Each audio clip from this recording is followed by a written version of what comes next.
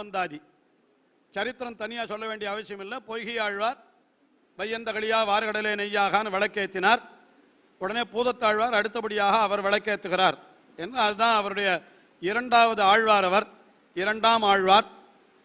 அதனால் அவர் அருளி செய்த திருவந்தாதிக்கும் இரண்டாம் திருவந்தாதின்னு பேர் ஏற்பட்டது.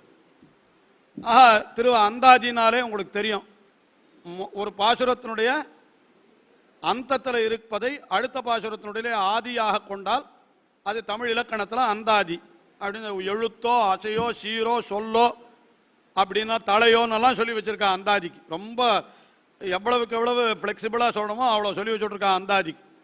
அதனால் ஒரு பாட்டினுடைய கடைசியில் இருக்கக்கூடிய விஷயம் சில சமயத்தில் பொருள் மட்டும் தொடர்ந்து வந்தால் கூட போகிறோன்னு சொல்லிட்டா அந்தாதிக்கு.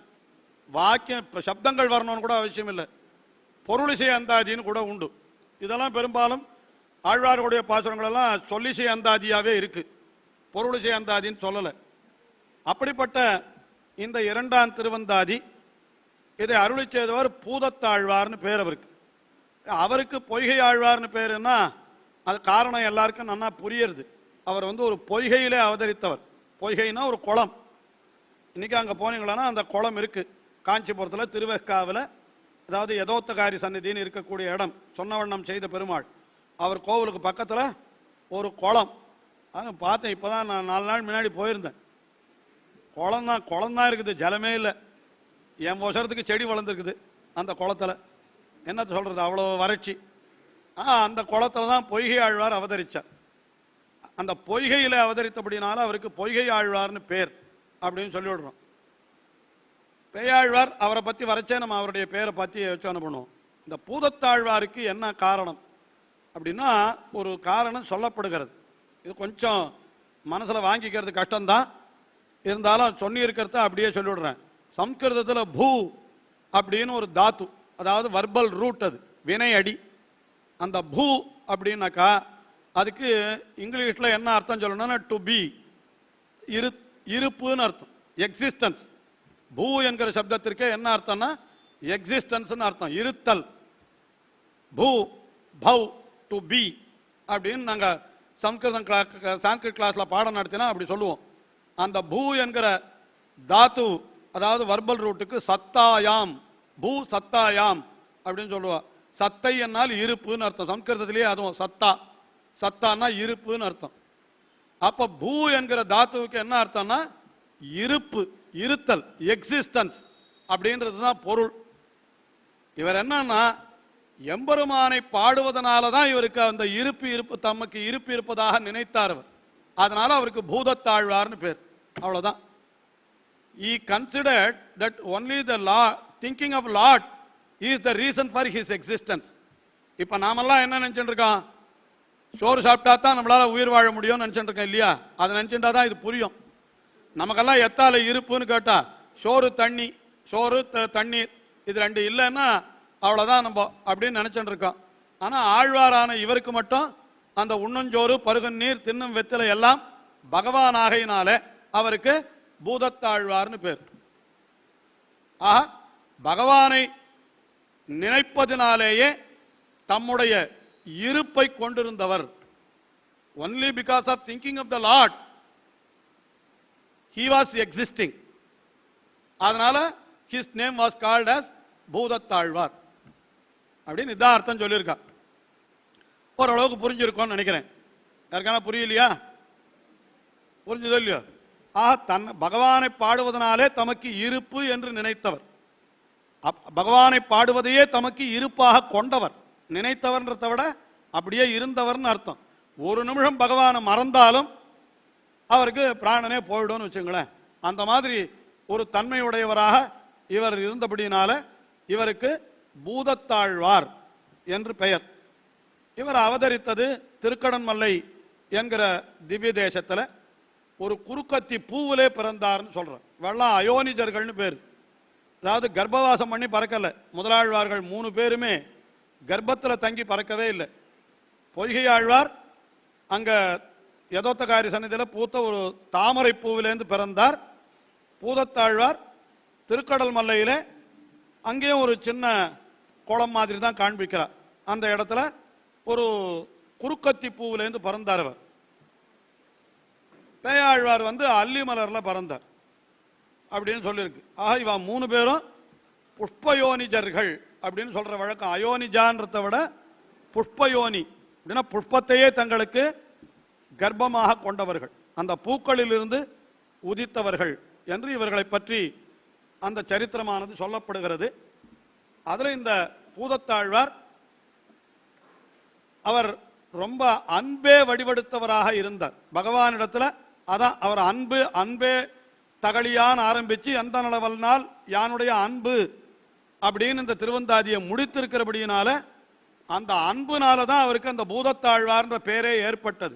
எம்பெருமானிடத்தில் அன்பே வடிவெடுத்தவராக இருந்தபடியினாலே அவருக்கு அந்த அவருடைய இருப்பே எப்படின்னா எம்பெருமானிடத்தில் அன்பு, அதுதான் அவருடைய இருப்பு. அவருடைய very existence was the love for the God. அதுதான், அதனால அவருக்கு பூதத்தாழ்வார் என்ற பெயர் ஏற்பட்டது அப்படின்னு சொன்னார். இந்த பூதத்தாழ்வார் விளக்கேற்றினார். என்ன விளக்கேற்றினார்னா முதல் பாசுரத்திலேருந்தே பார்த்துடுவோம். அன்பே தகழியா ஆர்வமே நெய்யாக இன்புருகு சிந்தை இடுதிரியா நண்பு உருகி ஞானச்சுடர் விளக்கு ஏற்றினேன் நாரணர்க்கு ஞானத்தமிழ் புரிந்த நான் அப்படின்னு சொல்றார். அப்போ இவர் அன்பே தகழியான்னா அன்பே தகழியாக தம்முடைய அன்பை அகலாக வைத்தார். இவரும் விளக்கேற்றினார். ஆனா அவர் என்ன பண்ணினார்னா வையம் தகழியான்னு சொன்னார். இந்த இடத்துல வியாக்கியானத்தில் ரொம்ப அழகா அர்த்தம் காட்டுறார். என்ன காட்டுறாருன்னா உலகம் அத்தனையும் சேர்த்து ஒரு அகலாக வைத்தார். பூதத்தாழ்வார் தம்முடைய அன்பை அகலாக வைத்தார் என்று சொன்னால் என்ன தெரியறதுன்னா அவருடைய அன்பு என்பது அந்த உலகம் அளவு இருந்ததுன்னு அர்த்தம். அவ்வளவு பெருசு என்று சொல்லணும். எவ்வளவு அன்பு, உலகமளவு அன்பு என்று சொல்லணும். ஆக அப்படிப்பட்ட தம்முடைய அன்பையே அவர் அகலாக வைத்து தம்முடைய ஆர்வம் என்னால் என்ன அந்த எம்பெருமானை அனுபவத்தில் இருக்கக்கூடிய ஈடுபாடு, அந்த இன்டரெஸ்ட்னு சொல்றோமே அதுதான் ஆர்வமே நெய்யாக. அப்புறம் இன்பு உருகு சிந்தை அப்படின்னா இன்பத்தினாலே உருகுகின்ற சிந்தை. ஏன்னா மகிழ்ச்சியினால அப்படியே கரைந்து போனார். மகிழ்ச்சியினாலே கரைந்த மனசுன்னு சொல்ற மனம். மனசு நமக்கு என்ன ஆகுது, ரொம்ப சந்தோஷம் ஏற்பட்டதுன்னா அப்படியே சில சமயம் கரைஞ்சி போறது அப்படின்னு சொல்லுவா. வார்த்தையே வராது, அப்படியே கண்ணில் ஜலம் வந்துடுறது, என்ன சொல்றதுன்னு தெரியல அப்படின்னு சொல்றாள். அதுதான் அந்த மனசு என்ன ஆகுதுன்னா மனசுன்றது கரையுமான்னு கேட்டா அதெல்லாம் என்ன சொல்றது ஃபிகரேட்டிவ் இல்லையா. ஒரு மனது கரைந்து விடுகிறதுன்னு சொன்னா என்ன அர்த்தம், ஒரு உருவகத்தில் சொல்றது. அது அப்படியே இன்பம் பகவானை அனுபவிக்கின்ற இன்பத்தினால அப்படியே கரைந்து போன மனசு இருக்க அந்த மனசை ஒரு திரியாக வைத்தார். இன்புருகு சிந்தை இடுதிரியா. அதற்கு மேலே நண்பு உருகி, நண்புன்னா ஆத்மான்னு அர்த்தம். நண்பு ஆத்மாவன் நண்பு என்கிற சப்தத்தால் சொல்றார். அதாவது ரொம்ப உயர்ந்த வஸ்துன்னு அர்த்தம். நண்புன்னா ரொம்ப நன்மை மிக்கதான பொருள் என்று பொருள். அந்த நண்புன்றதுக்கு மிக நன்மை மிக்கதான பொருள் எதுன்னு கேட்டா ஆத்மா தான். அந்த ஆத்மாவும் என்ன ஆயிடுச்சுன்னா அதுவும் கரைஞ்சி போயிடுத்துன்ற. கரைஞ்சி எடுத்தோன்னா ஆத்மான்றது கரையக்கூடிய வஸ்து இல்லை. நியாயமா பார்த்தா சித்தாந்த பிரகாரம் ஆத்மான்றது அச்சேத்யோயம் அதாஹ்யோயம் அகிலேத்யா அசோஷிய ஏவச்சா பகவத்கீதையில் சொல்ற பொழுது அத்தை எதுவுமே பண்ண முடியாது அப்படின்னு சொல்றான். அப்படி இருக்கிற பொழுது இவர் கரைந்துன்னு சொன்னாரேன்னா அதெல்லாம் அந்த அனுபவத்தினுடைய வெளிப்பாடு அவ்வளவுதானே தவிர அதுக்காக கரையிறதுன்னா என்ன ஜலத்தில் போட்டு கரைக்கிற மாதிரி கரைக்கிறதா அப்படி அர்த்தம் இல்லை. அதெல்லாம் ஃபிகரேட்டிவான விஷயங்கள். ஆஹா என்ன சொல்றேன், நண்பு உருகி நான் என்ன செய்தேன் என்னால் ஞானச்சுடர் விளக்கு ஏற்றினேன் அப்படின்றார். ஞானச்சுடர் விளக்கு தான் ஏத்துகிற விளக்கை ஞானத்தோடு ஒப்பிடுகிறார். ஏன்னா ஞானமும் விளக்கம் ஒன்றுதான். ஞானம் என்னால் அறிவுன்னு வச்சுப்போம். அத்த விளக்கா ஞான தீபேன பாஸ்வதா அப்படின்னு ஞானத்தை எப்பவுமே விளக்கா சொல்ற வழக்கம் உண்டு. என்ன காரணம் அப்படின்னு சொன்னா விளக்கு என்ன பண்ணும், பல பொருள்களை நமக்கு காட்டுவதற்கு உபயோகப்படுத்துகிறது. இல்லை அதுதானே வச்சுக்கிறோம். விளக்கு என்ன பண்ணும், இருட்டை அகற்றும், உள்ள பொருள்களை உள்ளது உள்ளபடி காட்டும்.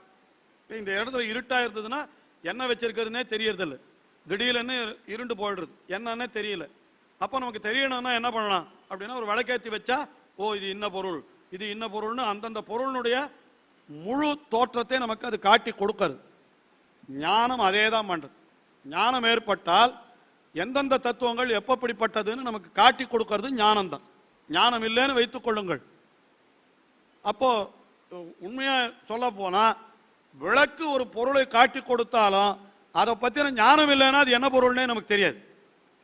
இல்லை இங்க பொருள் இல்லை என்னதுன்னு தெரியல, இருட்டில் தடவி பார்த்தேன், சரி லைட்டை போட்ட பிற்பாடு இது நான் முன்ன பின்ன பார்த்தது இல்லைன்னு வச்சுப்போம், இது என்னது பொருள் இருக்குன்னு தெரிஞ்சது என்னதுன்னு கேட்டால் தெரியாதுன்றோம்.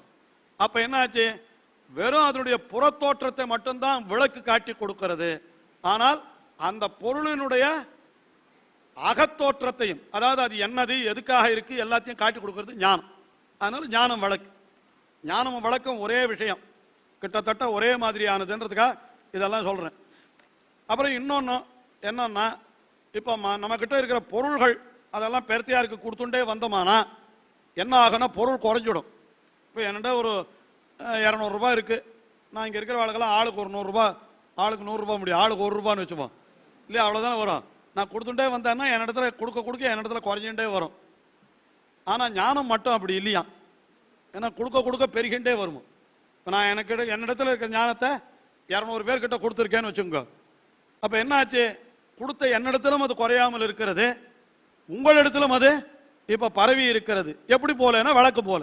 விளக்கு என்ன, ஒரு விளக்கு இருக்கு, அதுலேருந்து இன்னொரு விளக்கை ஏற்றினாக்கா இந்த விளக்கில் சுடர் குறைஞ்சி வருதா இல்லையே, இதுலேயும் எரியறது அதுலேயும் எரியறது.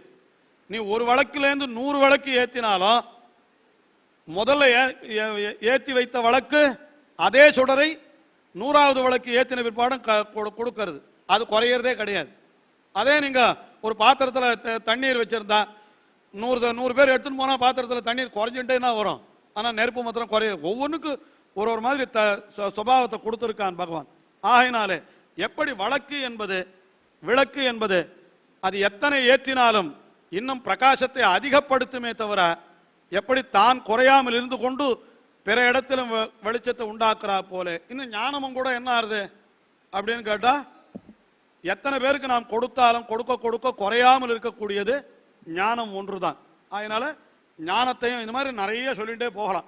இன்னும் நீங்க ஞானத்தையும் விளக்குக்க என்னென்னலாம் சொல்லலான்றத நீங்களே யோசனை பண்ணி பாருங்கள், உங்களுக்கே கூட தோணலாம் ஞானம் இருந்தா இல்லையா.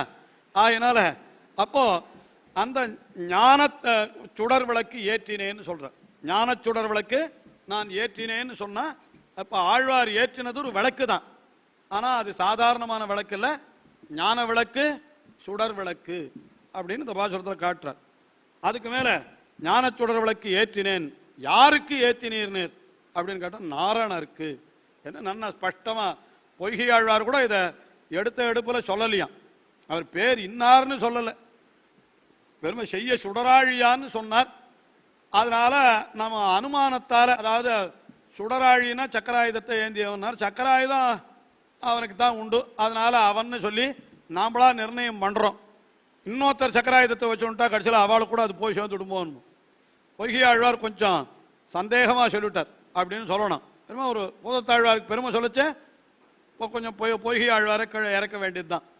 ஆனா பொய்கை ஆழ்வார் என்ன பண்ணினார்னா, பூதத்தாழ்வார் என்ன பண்ணினார்னா, சந்தேகமே இல்லாதபடிக்கு நான் வேற தேவதையை குறித்து சொல்லல, அது நாராயணனைத்தான் சொன்னேன் என்பதை ஸ்பஷ்டமாக தெரிவிக்கும் வண்ணமாக ஞானச்சுடர் விளக்கு ஏற்றினேன் நாரணருக்கு என்று. அந்த நாராயணன் என்கிற சப்தம் தமிழ்ல வரைச்ச நாரணன் ஆறுது. அது கொஞ்சம் சுருக்கினாலும் தப்பு கிடையாது, அது ஏகதேச விகிருதம் அனன்யவத் பவதி. ஒரு கொஞ்சம் இருந்தாலும் அது அதனுடைய முழு இதையும் காட்டிடும், அது முழுக்க இருக்கணும்னு அவசியம் இல்லை. இப்போ அதான் சொல்கிற மாதிரி நெருப்பில் சின்ன நெருப்பு பெரிய நெருப்புன்னு உண்டானா, ஒரு நெருப்பினுடைய துண்டுக்கும் நெருப்புக்கு என்ன வைபவம் உண்டோ அதே வைபவம் நெருப்பினுடைய துண்டுக்கும் உண்டு. பெரிய நெருப்பை தொட்டா சுடுறது, சின்ன நெருப்பு தொட்டா சுடாதுன்னு யாராவது சொல்லுவாளோ, அந்த மாதிரி இதெல்லாம் ஓரொரு எழுத்து குறைவதுனால அதில் ஒன்றும், அதுவும் அந்த மாதிரி பகவானுடைய நாமங்களுக்கு அது அவ்வளவு பெருமை உண்டு. அதனால நாரணருக்கு அப்படின்னு அந்த பெருமை அவனுடைய பேரையே சொல்லிட்டார். ஞானத்தமிழ் புரிந்த நான் என்று சொல்றார். ஞானத்தமிழ் அப்படின்னா ஞானத்தாலே, அப்படின்னா ஞானத்தை தரும் தமிழ் நூல் இது. ஆஹா, இப்போ பூதத்தாழ்வாருடைய இதுக்குத்தான் ரொம்ப உண்மையாக 4000 திவ்ய பிரபந்தத்துக்கும் இந்த பேர் பொருந்தும். என்ன பேருன்னா ஞானத்தமிழ். அப்படி மற்றதெல்லாம் ஞானத்தை வளர்க்காது, நம்மளுடைய மற்ற எண்ணங்களைத்தான் வளர்க்கும். ஆனால் ஆழ்வார்களுடைய அருளி செயல் மட்டும்தான் உண்மையான ஞானத்தை வளர்க்கும் என்கிறபடியினாலே ஆழ்வார்களுடைய எல்லா தமிழில் எத்தனையோ கிரந்தம் இருக்கு. ஆனால் அதையெல்லாம் விட்டுட்டு இதுக்கு மட்டும் ஏன் இவ்வளவு பெருமை? இதுக்கு திவ்ய பிரபந்தம்னு சொல்றாளே, என்ன காரணம்னு கேட்டால் அது பூதத்தாழ்வார் தான் ஞானத்தமிழ்னு அதை காட்டினார். ஞானத்தமிழ் புரிந்த நான், அதாவது வெறும் தமிழாக தமிழில் ஏன் அப்படி சொல்றாருன்னு கேட்டால் இதெல்லாம் உபனிஷத்துக்களுடைய அர்த்தங்களை எடுத்து ஆழ்வார் தமிழிலே நமக்கு கொடுக்கிறார். ஆனால் நமக்கு உண்மையான ஞானம் நாம் பெற வேண்டும் என்றால் பரபிரம்மத்தை பற்றியோ ஜீவாத்மாவை பற்றியோ இந்த உலகத்தினுடைய தன்மைகளை பற்றியோ நாம் உள்ளபடி அறிந்து கொள்ள வேண்டுமானால் அதற்கு நமக்கு வேதங்கள், அதிலும் முக்கியமாக வேதங்களுடைய சிரோபாகங்கள் முடிவு பகுதியான உபனிஷத்துக்கள் தான் நமக்கு முக்கியமான நூலாக அமைந்திருக்கிறது. ஆனால் அந்த முக்கியமான ஞானத்தை தரக்கூடிய நூல்கள் அத்தனையும் நமக்கு புரியாத வடமொழியிலே அமைந்திருக்கிறது என்கிற குறையை தீர்க்கத்தான் பூதத்தாழ்வார் என்ன பண்ணினார்? ஞானத்தை நமக்கு தமிழிலே கொடுத்தார். அதனால இது ஞானத்தமிழ். ஞானத்தமிழ் புரிந்த நான் என்று ஞானத்தை தரும் தமிழ் நூலை செய்த நான் என்ன செய்தேன்? நாராயணனுக்கு ஞானச்சுடர் விளக்கு ஏற்றினேன் என்று அந்த நாராயணனான எம்பர் நாரணருக்கு ஞானச்சுடர் விளக்கு ஏற்றினேன். விளக்கு ஏற்றணும்னா அதுக்கு இந்த வஸ்துக்கள் எல்லாம் வேணுமேனா, எல்லாம் என்னண்டியே இருந்தது. என்னுடைய அன்பை அகலாக வைத்தேன், ஆர்வத்தை நெய்யாக இட்டேன், என்னுடைய சிந்தையை திரியாக வைத்தேன், அப்படி விளக்கு ஏற்றினேன் என்று இந்த பாசுரத்திலே ஆழ்வார் தெரிவித்தார். இதற்கு அடுத்தபடியாக இரண்டாவது பாசுரம், அதில் என்ன தெரிவிக்கிறார்னால், நான் ஞானத்தால் நன்குணர்ந்து நாரணந்தன் நாமங்கள் தானத்தால் மத்து அவன் பேர் சாத்தினால் வானத்து அணியமரர் ஆக்குவிக்கும் அகுதன்னே நங்கள் பணியமரர் கோமான் பரிசு. இந்த பாட்டில் என்ன சொல்றாருன்னா, இப்படி எம்பெருமான இடத்துல பக்தியோடு இருக்கிறவா அந்த எம்பெருமானை நன்ன உள்ளபடி அவனுடைய திருநாமத்தை தெரிந்து கொண்டு அவ திருநாமத்தை சொன்னாலானால் அவர்களுக்கு என்ன பகவான் பேர் கொடுப்பான்னா, தன்னுடைய இருப்பிடமான உயர்ந்த பரமபதத்திலேயே இருக்கக்கூடிய பேற்றை கொடுப்பான். மறுபடியும் நம்ம இந்த சம்சார உலகத்தில் பறந்து இப்படியெல்லாம் துன்பப்படவே வேண்டாம். இத்தனை வயசுக்கு மேலே இதெல்லாம் வாசிக்க வேண்டாம் இல்லையா, கஷ்டமாக இருந்தோ இல்லையா, எல்லாரும் நினைக்கிறாள். மறுபடியும் இன்னொரு வாட்டி எம்ஏ இந்த திவ்ய பிரபந்தம் வாசிக்கணுமான்னா வேண்டியதில்லை. ஒரு தடவை வாசிச்சுட்டா நேரம் நமக்கு மோட்சம்தான், அடுத்த பிறவி. ஆனால் ஒரே ஒரு சௌகரியம், சுவாமி நேரம் மோட்சம்னா தெரியாத முதல்ல வந்தே இருக்க மாட்டோமே எல்லாரும், அது ஒரு பயம் வந்துடுறது எல்லாருக்கும். அப்படி இல்லை. என்ன சொல்றாரு தெரியுமோ, இந்த பிறவிக்கு உண்டான நாள் எவ்வளவோ அதை நாம் ஒன்றும் தடுக்கவே முடியாது. அதுக்கு தான் பிராரப்தம்னு பேர். ஒரு சரீரத்துக்கு ஏதோ ஒரு கணக்கு இருக்கு, அது என்னைக்கு வாழணுன்றது நமக்கு தெரியாது. எல்லாருக்கும் ஒரு கணக்கு இருக்கும் இல்லையா, யாருமே நிரந்தரமானவா இல்லையோ இல்லையோ, அது ஒன்றும் சந்தேகம் இல்லையே. அது என்னைக்குன்னு தெரியல, நமக்கு தெரியாத வரைக்கும் சந்தோஷமா இருக்கும், அவ்வளோதான். அதான் நல்லது. ஆனால் அதுக்கு பிறகுதான் என்ன சொல்றான், மறுபடியும் இன்னொரு பிறவி கொடுக்காமல் நம்மளை மோட்சத்துக்கே அழைச்சிட்டு போய் தன் திருவடிகளின் கீழேயே வைத்துக் கொள்ளுகிறான். இங்க இப்ப கத்துண்டே இருக்குச்சியே இப்பவே அழைச்சிட்டு போடுவோம்னு சொன்னா வரவே மாட்டா யாரும். அதை எம்பெருமான் சொல்லவே இல்லை. பின்ன என்ன சொல்றான், அவனவனுக்கு உண்டான பிறவிக்கு ஏதோ வந்தாச்சு இந்த உலகத்துக்கு, இதுக்கு மேல என்னன்னா இன்னொரு பிறவி வேண்டாம் அப்படின்னு எம்பெருமானே சொல்றானா. அதுக்கு நாம் என்ன பண்ணணும் அப்படின்னு கேட்டா, நாரணந்தன் நாமங்கள் சாற்றினால் அப்படின்னு ஒரு விஷயம் சொல்றார். அதாவது ஞானத்தால் நன்கு உணர்ந்துன்னு அந்த எம்பெருமானுடைய பெருமைகளை எல்லாம் என்ன பண்ணணும்னா, நாம் திருநாமங்களை எல்லாம் நன்கு உணர்ந்துன்னு. நன்கு உணர்ந்துன்னா என்ன, நன்றாக தெரிந்து கொண்டுன்னு அர்த்தம். அதான் நன்னா தெரிந்து கொண்டுன்னா என்ன, தெரிந்து கொள்றதுல கூட அறக்குறையா தெரிஞ்சுக்க கூடாது. பகவானுடைய திருநாமங்களுடைய பெருமையை நாம் தெரிந்து கொண்டால் அதை போய் அல்பமான இந்த உலகத்தினுடைய பயன்களுக்காக அதை உபயோகப்படுத்தவே கூடாது. சில பேர் மந்திரத்தை எல்லாம் தெரிஞ்சு வச்சுருக்கேன்னு சொல்லிட்டு எங்கள் பக்கத்தாத்துக்காரன் நாசமாக போகணும்னு உட்காந்து இவன் ஜபம் பண்ணிட்டு இருந்தான்னா இதெல்லாம் பிரயோஜனமே இல்லை. அதுக்கு இவன் தெரிஞ்சிக்கவே வேண்டாம். என்ன தெரியுமோ, இந்த மாதிரி பக்கத்தாத்துக்காரன் நாசமாக போகிறது மட்டுமே இல்லை, நமக்கே கூட எனக்கு பணம் வேணும், கார் வேணும், பங்களா வேணும்லாம் கேட்குறான் பாருங்க. இதுவே கூடாதுன்ற, நம்ம எதுவுமே அவனிடத்துல போய் கேட்கவே கூடாது. அப்ப எதுக்கு நாமத்தை சொல்லணும், பகவானுடைய நாமத்தை அப்படின்னா அது ஸ்வயம் பிரயோஜனம்ன்ற சொல்றதே ஒரு பிரயோஜனம், அதுக்கு மேல பயனே கிடையாது. பகவானுடைய நாமத்தை சொல்லுகிற காலத்தில் நமக்கு உண்டாகிற ஒரு சாந்தி திருப்தி இருக்க, அதுதான். அதுக்கு மேலே நீங்கள் எதுவுமே எதிர்பார்க்கக்கூடாது. அப்படிதான் பகவானுடைய நாமத்தை சொல்லணும். பகவானுடைய நாமத்தை சொல்றதுக்கு வேற பிரயோஜனம் எதிர்பார்க்கக்கூடாது. இப்படிதான் நம்ம ஆச்சாரியர்கள் சொல்லி வச்சிருக்கா. எப்போ வரும் அந்த நிலைமைன்னு கேட்டா அதில் அளவற்ற ஈடுபாடு வந்துட்டா வரும். அவ்வளோதான், வேற ஒன்றுமே இல்லை. இப்போ இதுக்கு ஒரு உதாரணம் சொல்லணும்னா எப்படி சொல்லலாம்? இப்போ நான் ஒரு உதாரணம் சொல்கிறேன். நம்ம மாற்று பசங்களெல்லாம் உட்காந்து கிரிக்கெட் மேட்ச் பார்க்குறா, டிவி பார்க்குறான்னு வச்சுப்போம். எல்லாருக்கும் தெரிஞ்ச விஷயந்தான்.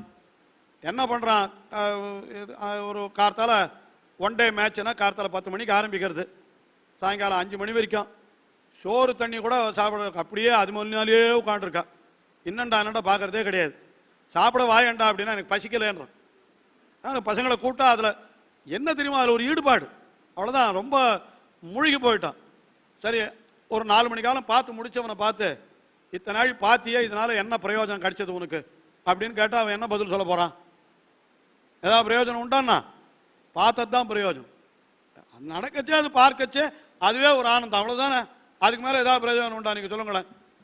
நான் ஒரு கிரிக்கெட் மேட்ச்னு சொன்னேன், அது வேண்டாம், ஏதோ ஒரு சினிமான்னு வச்சுங்கோ, இல்லை ஏதோ ஒரு சீரியல்னு வச்சுங்கோ, எதுவாக இருந்துக்கிட்டோம். அதை பார்க்கறதுனால என்ன பிரயோஜனம்னு கேட்டால் என்ன பதில் சொல்லுங்க? பார்க்கறதுனால இன்னொரு பிரயோஜனம் கிடையாது, பார்க்கறதே பிரயோஜனம். உண்டா இல்லையா? அந்த மாதிரி பகவத் விஷயத்திலேயே நமக்கு நிலைமை ஏற்படணும். என்ன ஏற்படணும்? அதை சொல்றதே பிரயோஜனம், அவ்வளோதான். சொன்னியே அதனால என்ன பிரயோஜனம் ஒருத்தன் கேட்கக்கூடாது. கேட்டா அதுக்கு இன்னொரு பிரயோஜனத்தை எதிர்பார்த்து நான் சொல்லலை. பின்ன என்ன பிரயோஜனம்னா அதுவே பிரயோஜனம். சுவாமி, அந்த அளவுக்கு நமக்கு இன்னும் பரிபக்குவம் வரலையேன்னா சொல்லிகிட்டே இருந்தா வரும், அவ்வளவுதான். ஏன் கிரிக்கெட் மேட்ச்சு அதில் இன்ட்ரெஸ்ட் இருக்கிறவனுக்கு அது பார்க்கறதே பிரயோஜனமாக இருக்கா இல்லையா? இப்போ எனக்கு அந்த மாதிரி தோண மாட்டேன்றது. என்னமோ முட்டாள்தனமாக உட்காந்து சொன்னார, யார் பெர்னாட் ஷா தானே சொன்னார், 11 fools are playing, 11,000 fools are watchingன்னு சொன்னார்னு சொல்கிறார். அவருக்கு ரசிக்கல அது. அந்த குரூப்பில் சேர்ந்தவன் நாம்பெல்லாம். நான் என்ன வேணா வச்சுங்களேன், நாம்பெல்லாம் ஏன் எல்லாரையும் சேர்த்துக்கணும், நான் என்ன சேர்த்துக்கிறேன், அந்த மாதிரி நம்ம நினைக்கிறோம். அதே மாதிரி பகவத் விஷயத்தில் என்னன்னா அந்த மாதிரி நமக்கு நிலைமை ஏற்படணுமா? பகவானுடைய நாமங்களை சொல்றதற்கு பாருங்க, சொல்றதுக்கு வேறு பயன் கிடையாது, சொல்லுவதே பயன். என்ன அப்படி இருக்கணுமா? அதான் அந்த எம்பெருமானுடைய திருநாமங்கள் அதையெல்லாம் ஞானத்தால் நன்கு உணர்ந்துன்ற. ஞானத்தால்னா இந்த இடத்துல ஞானத்தினுடைய முதிர்ந்த நிலையான பக்தியை சொல்றாருன்ற. எம்பெருமானுடைய திருநாமத்தை நன்கு உணர்றதாவதுன்னா அது உணர்றதே கொஞ்சம் கஷ்டம். எல்லாரும் வெறும் மேம்போக்கா படிச்சுட்டு போயிடுவாளாம், அது உணர்றது ரொம்ப கஷ்டம். சொல்றார், திருதராஷ்டிரன் சஞ்சயன் 2 பேரும் ஒன்னா வாசிச்சவாளாம். 2 பேரும் ஒரே வாத்தியார் இடத்துல பாடம் கத்தவர்கள். ஆனால் சஞ்சயனுக்கு கொஞ்சம் நல்ல ஞானம் இருக்கு, திருதராஷ்டிரனுக்கு ஞானமே இல்லை, அவ்வளோ இல்லை. அவன் திருப்பி என் பிள்ளைகள்லாம் என்ன ஆனா, அவ எப்போ ஜெயிப்பாளா என்ன இதையே பற்றி விசாரப்பட்டு இருக்கான். அப்போ திருதராஷ்டிரனே ஒரு சமயம் சஞ்சயனை பார்த்து கேட்டுட்டான். என்ன கேட்டான்? அடே, நம்ம 2 பேரும் ஒன்னா தானடா வாசித்தோம், நீ மட்டும் இப்படி இருக்கியே, ஏண்டா எனக்கு அந்த மாதிரி வரல அப்படின்னு கேட்டான். அதுக்கு அவன் சொன்னான், மாயான்ன சேவே பத்ரந்தே, பா என்கிட்ட போய் போன சுருட்டு கிடையாது, நான் யாருக்கும் கெடுதல் நினைக்க மாட்டேன் அப்படின்னு இவன் ஆரம்பிச்சான். அப்போ என்ன அர்த்தம்? அதெல்லாம் திருதராஷ்டிரன் இருக்குன்னு அர்த்தம். என்ன பண்றது? அது அந்த சில சமயம் அந்த குணங்கள் அந்த மாதிரி ஆயிடு. அதனால அதை கற்கிற பொழுதே அதில் ஸ்ரத்தையோடு கற்கணும், கல்மஷம் இல்லாமல் கற்கணும். அதுதான் ஞானத்தால் நன்கு உணர்ந்து நாரணந்தன் நாமங்கள், நாராயணனுடைய திருநாமங்கள் சொல்றாரு இந்த பாசுரத்தில். வியாக்கியானத்தில் என்ன அழகா கேள்வி கேட்கிறாரு தெரியுமா? நாராயணனுடைய திருநாமம்னு சொன்னா நாராயணன்றது திருநாமம் இல்லையான்னா அது எதுக்கு தனியா வச்சுட்டார்? நாராயணனுடைய திருநாமங்கள்னு சொல்றாரு. அப்ப நாராயணன்றது நாமம் இல்லையான்னு கேட்டா அடையாளத்துக்கு ஏதாவது ஒருத்தர் சொல்லித்தானே ஆகணும். அது ஒரு அர்த்தம் நாம இருந்தா அவ்வளவுதான் அர்த்தம் சொல்லுவோம். யாருடைய நாமம்னு கேட்டா நாராயணனுடைய நாமம் தானே சொல்லி ஆகணும். அப்படின்னா அப்படி இல்லை, மற்ற நாமங்களுக்கு நாராயண நாமத்துக்கும் ரொம்ப வித்தியாசம் உண்டுன்ற. மற்றதெல்லாம் வெறும் நாமம், ஆனால் அவனுக்கு தனிப்பட்ட அடையாளம் எதுன்னா அந்த நாராயணன் என்கிறது தான். அதுக்கு உண்டான பெருமையை, அதாவது என்ன அர்த்தம் இதுல கிடைக்கிறதுன்னா, அவனுடைய அத்தனை திருநாமங்களும் ஒரு தட்டம், இந்த நாராயணன் என்கிற நாமம் மட்டும் ஒரு தட்டம். அது ஒரு தராசில வச்சா இது அத்தனைக்கும் சமமா இது ஒன்னே நிற்கும். அதனாலதான் அதை தனியா சொல்றார். நாராயணன் தன் நாமங்கள் அதை என்ன பண்ணலாம்? தானத்தால் மத்தவன் பேர் தானத்தால் சாத்தினால், தகுந்த ஸ்தானத்தால், அதாவது பக்தியோடு அதை கூறினால், அப்போ அவன் நமக்கு என்ன பண்ணும்னு கேட்டார். வானத்து அணியமரர் ஆக்குவிக்கும். வானத்து அணியமரர் என்னால் பரமபதத்தில் இருக்கக்கூடிய நித்திய சூரிகள்னு சொல்ற. அந்த நித்திய சூரிகளுக்கு என்ன பெருமை தெரியுமோ? அவ எப்பவும் பகவானே நினைச்சிட்டு இருப்பாளாம். பரமபதத்துக்கு போயிட்டா என்ன அப்படின்னா, அங்கே பசி கிடையாது, தாகம் கிடையாது, தூக்கம் கிடையாது, வியாதி கிடையாது. என்ன அழகா சொல்றா பாருங்க. இந்த மாதிரி பிக்கல் புடுங்கல் கிடையாது. உலகத்தில் இருக்கிற விஷயங்கள் எதுவும் கிடையாது. ஆனந்தத்தை தவிர அங்கே வேற ஒண்ணுமே கிடையாதுன்ற பரமபதம். அந்த இடத்துக்கு போகணும்னு எல்லாரும் ஆசைப்பட வேண்டியது தானே. யோசனை பண்ணி பாருங்க. இங்க எத்தனை எல்லாருமே நினைச்சுட்டு இருக்கோம். சாதாரணமா ரொம்ப சின்ன வயசுல இருக்கிற பொழுது ஒரு ஜோசியன் இடத்துல போய் ஜாதகத்தை கொடுத்தா அவளுடைய கேள்வி என்னவா இருக்கும்? நான் எவ்வளவு நாள் இருப்பேன் அப்படின்னு கேட்கும்படியா இருக்கும். ஏன்னா அப்பதான் உலகத்தையே தெரிஞ்சுக்க ஆரம்பிக்கிறான். கொஞ்சம் வயசாகி போச்சு, 70 வயசு 80 வயசாகி போச்சு. அப்ப கொண்டு போய் ஜாதகத்தை கொண்டு போய் கொடுத்தா இன்னும் எவ்வளவு நாள் இருப்பேன், இன்னும் எவ்வளவு நாள் நான் கஷ்டப்படணும் அப்படின்னு அதுதான் கேள்வியா இருக்கும் நமக்கு. ஏன்னா அப்ப அது வேலைக்கு நம்மளுக்கு எல்லாம் அழுத்து போயிடும். ஆனால் பரமபதத்துல இந்த மாதிரி தொந்தரவே கிடையாது. அங்க போனா பசி தாகம் தூக்கம் எதுவுமே கிடையாதுன்னு சொன்னா, அப்ப அப்படிப்பட்ட இடத்துக்குத்தான் நாம் போகணும். அதாவது பகவானுக்கு இதெல்லாம் ஒண்ணுமே கிடையாது.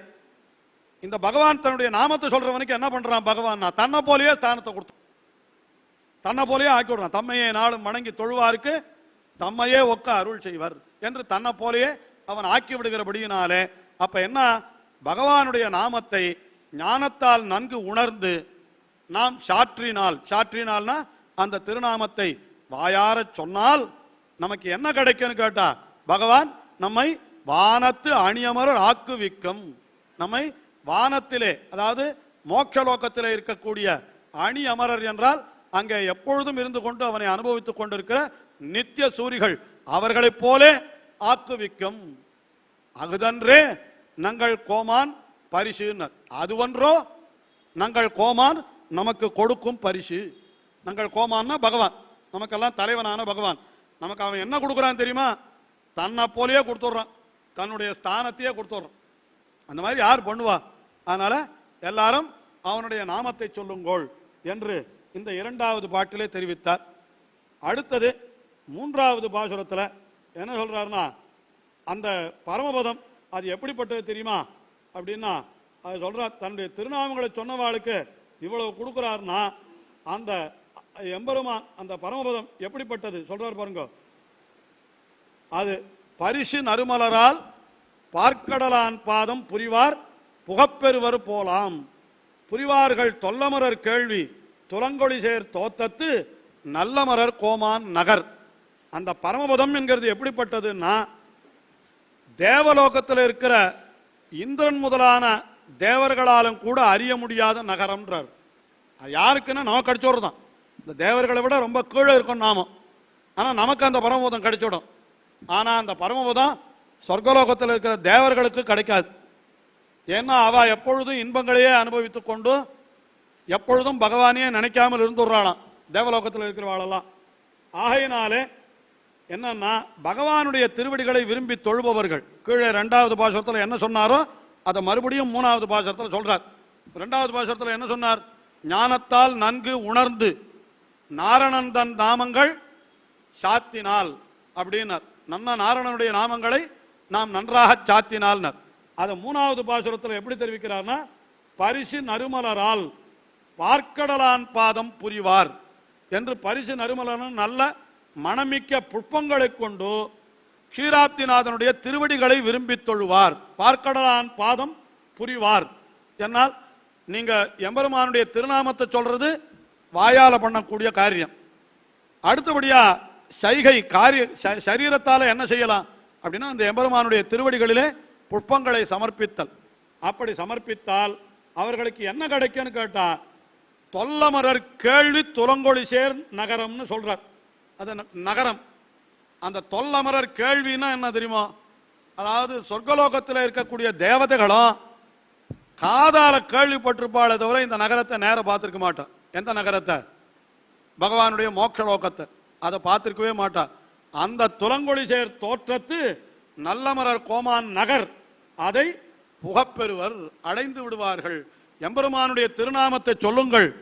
திருநாமத்தை சொல்ல முடியலையானா 2 புட்பத்தியாவது உன் திருவடிகளில் போடுங்கள், உங்களுக்கு மோட்சம் கிடைக்கும் என்ன 2வது பாசுரத்திலையும் அந்த அர்த்தத்தையே சொல்றார். முதல் பாசுரத்தில், அதாவது 2வது பாசுரத்தில் காய்கமாக செய்ய, அதாவது மனத்தை வாச்சிக்கமாக பகவானுடைய நாமங்களை சொல்லுவது வாயாலே என்கிற அர்த்தத்தை சொன்னவர். இப்பொழுது அடுத்தது காய்கமாக சொல்றார் அப்படின்னு சொன்னார். அதுக்கு மேலே அடுத்ததாக 3வது பாசுரம். இதில் என்ன தெரிவிக்கிறார் என்னால், நகரிழைத்து நித்திலத்து நான்மலர் கொண்டு ஆங்கே திகழும் மணி வைரம் சேர்த்து நிகரில்லா பைங்கமலமேந்தி பணிந்தேன் பனிமலராள் அங்கம்பலம் கொண்டான் அடி. நமக்கு உபதேசிச்சார், நீங்க புட்பத்தை எல்லாம் கொண்டு போய் அவன் திருவடிகளை சேருங்கள்னு சொல்றார். ஆனால் நம்ம கேட்டோமோ கேட்கலையோ, நீங்கள் என்ன வேணா பண்ணிக்கோங்க, நான் பண்றேன் அந்த காரியத்தை என்றார் ஆழ்வார். என்ன பண்றேன், எம்பெருமானுடைய திருவடிகளில் நான் புட்பத்தை சேர்க்கிறேன். என்ன சொல்றேன்னா, நகர் இழைத்து என்னுடைய நெஞ்சத்தையே ஒரு நகரமாக அமைத்தேன். அதுல என்ன பண்ணினா, நித்திலத்து நான்மலர் கொண்டு, நித்திலம்ன்ற சப்தத்திற்கு பூமின்னு கூட ஒரு அர்த்தம் உண்டு, இல்லை நித்திலம்னா முத்துக்கு கூட அர்த்தம் உண்டு. ஆஹா, என்ன பண்றேன்னா, அங்க அன்பாகிய ஒரு அன்பை மலராக கொண்டு என்ன பண்ணினேன்னு கேட்டா, நிகரில்லா பைங்கமலம் ஏந்தி, அழகான புட்பங்களையும் ஏந்தி அந்த எம்பெருமானுடைய அடி பணிந்தேன். எம்பெருமான் எப்படிப்பட்டவன் என்றால், பனிமலராள் அங்கம் வலம் கொண்டான் என்று. பனிமலராள் என்றால் தாமரைப்பூவிலே இருக்கிறவளான பெரிய பிராட்டியார், அவளை தன்னுடைய அங்கம் திருமார்பிலே வலதுபுறத்திலே கொண்டவன். அது எம்பெருமான சொல்ற சொல்லது. பனிமலராள் அங்கம் வலம் கொண்டான் அடி நான் என்ன பண்ணிந்தேன், பணிந்தேன். அவனுடைய திருவடிகளை நான் பணிந்து விட்டேன். ஆகையினாலே உங்களை பணியுங்கோள்னு சொன்ன புட்பங்களை கொண்டு, ஆனால் நீங்கள் பணிந்தீர்களோ இல்லையோ, நான் எம்பெருமானை பணிந்தேன். அந்த பேற்றை பெறுவதற்காக. அதாவது சில பேர் உபதேசம் பண்ணா கேட்க மாட்டா, சரி சொன்னா புரியலையோ இல்லையோ, நான் என்ன பண்றேனோ அதை பார்த்து நீ பண்ணு அப்படின்னு அனுஷ்டானம் பண்ணி காணிப்பாளோ இல்லையோ. அந்த மாதிரி 3வது பாசுரத்தில் நமக்கு என்ன தெரிவித்தார் ஆழ்வார்னா, எம்பெருமானுடைய திருவடிகளிலே கொண்டு போய் புட்பங்களை சேருங்கள்னு சொன்னார். அதுவும் புரியாதவாளுக்கு நான் புட்பங்களை எம்பெருமான் திருவடிகளிலே சேர்க்கிறேன் என்று அத்தை சொன்னார் என்று சொல்றார். இப்ப 4 பாட்டு ஆயிடுது. அதுக்கு மேல எம்பெருமான் கேட்டானா ஆழ்வாரை பார்த்து, என்ன நீர் என்னுடைய அடிபணிந்தால் உமக்கு எல்லாம் கொடுத்துடுவேன்னு யார் சொன்னா? எம்பெருமான் கேட்கிறான் ஆழ்வாரை, வெறும இந்த மாதிரி நீ உனக்கு எல்லா பயனும் கிடைக்கும்னு உனக்கு யார் சொன்னா அப்படின்னு கேட்டானா. உடனே உன்னுடைய சரித்திரமே சொல்லுகிறதே என்று ஆழ்வார் எம்பெருமான் உலகளந்த சரித்திரத்தை இங்கே எடுத்து சொல்லுகிறார். என்ன சொல்றார், அடிமூன்றில் இவ்வுலகம் அளந்தாய் போலும், அடிமூன்று இறந்து அவனி கொண்டாய், படி நின்ற நீரோதமேனி நெடுமாலே நின்னடியை யார் ஓதவல்லார் அவர் என்கிறார். அதாவது எம்பெருமான் எப்படியெல்லாம் உலகத்தை அளந்தான் என்றால், அடிமூன்றில் இவ்வுலகம் அளந்தான். 3 அடிகளை யாச்சித்து இந்த பூமியை அளந்து கொண்டான் எம்பெருமான். என்ன இந்த சரித்திரம் எல்லாருக்கும் தெரியும், நிறைய தடவை பாசுரங்கள் எல்லாம் வந்திருக்கு கீழே. இதெல்லாம் அடிமூன்றில் இவ்வுலகம் அளந்து இறந்து அவனி கொண்டாய், அடிமூன்று இறந்து அளந்தாய் என்று சொன்னார். இதெல்லாம் எதுக்காக பண்ணினான் என்னால், தன்னுடைய அடியவனான இந்திரன் அவன் துன்பப்படக்கூடாது என்பதற்காக அவன் செய்த செயல் என்று இப்படித்தான் சரித்திரத்தை நம்முடைய பெரியவர்கள் சொல்லி வைத்திருக்க, புராணங்கள்லாம் அப்படித்தானே இருக்கு. ஆகையினால இப்படி அடிமூன்று இறந்து கொண்டான். அதனால இப்படியெல்லாம் படி நின்ற நீரோதமேனி நெடுமாலே என்கிறார். கடல் பூமியிலே இருக்கின்ற கடல் போன்ற திருமேனியை உடையவன் எம்பெருமான். என்னால் அந்த கடல் போன்ற திருமேனியை உடைய எம்பெருமானுடைய அடியை யார்தான் அறிந்து கொண்டு சொல்ல வல்லவர்கள்? அவனை யார் சொல்ல முடியும்? எம்பெருமானுடைய பெருமைகளை எல்லாம் ஒருத்தராலையும் அவ்வளவு சுலபமாக அறிந்து கொண்டு விட முடியாது. ஏதோ என்ன நீ கொடுத்த மயர்வர மதிநலத்தாலே நான் தெரிந்து கொண்டதை சொன்னேன், அவ்வளவுதான் என்று இந்த பாசுரத்திலே அவன் உலகளந்த சரித்திரத்தை இப்படி சொன்னார். அதுக்கு மேலே அடுத்த பாசுரத்தில் என்ன சொல்றார், அப்ப ஒருத்தருமே அவனை காண முடியாதா? எம்பெருமானை யாரோத வல்லார்னு, எம்பெருமானுடைய உண்மையான தன்மையை யார் தெரிந்து கொள்ள முடியும் அப்படின்னு கேட்டார்.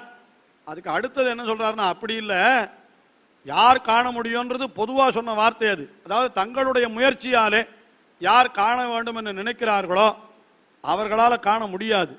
ஆனால் எம்பெருமான் தானே ஒருத்தனை அனுகிரகித்து அவனுக்கு தன்னை கொண்டு வந்து காட்டினால் நிச்சயமாக அவர்களாலே காண முடியுமோ இல்லையோ அதை தெரிவிக்கிறாராம். என்ன சொல்றார்? எம்பெருமான் அதை அறியணும்னா என்ன பண்ணணும்னா, அறிந்து ஐந்தும் உள்ளடக்கி ஆயுமலர் கொண்டு ஆர்வம் செறிந்த மனத்தராய் செவ்வே அறிந்து அவன் பேரோதி ஏத்தும் பெருந்தவத்தோர் காண்பரே காரோத வண்ணன் கழல். இந்த பாட்டுக்கு ரெண்டு விதமான அர்த்தம் சொல்றான்.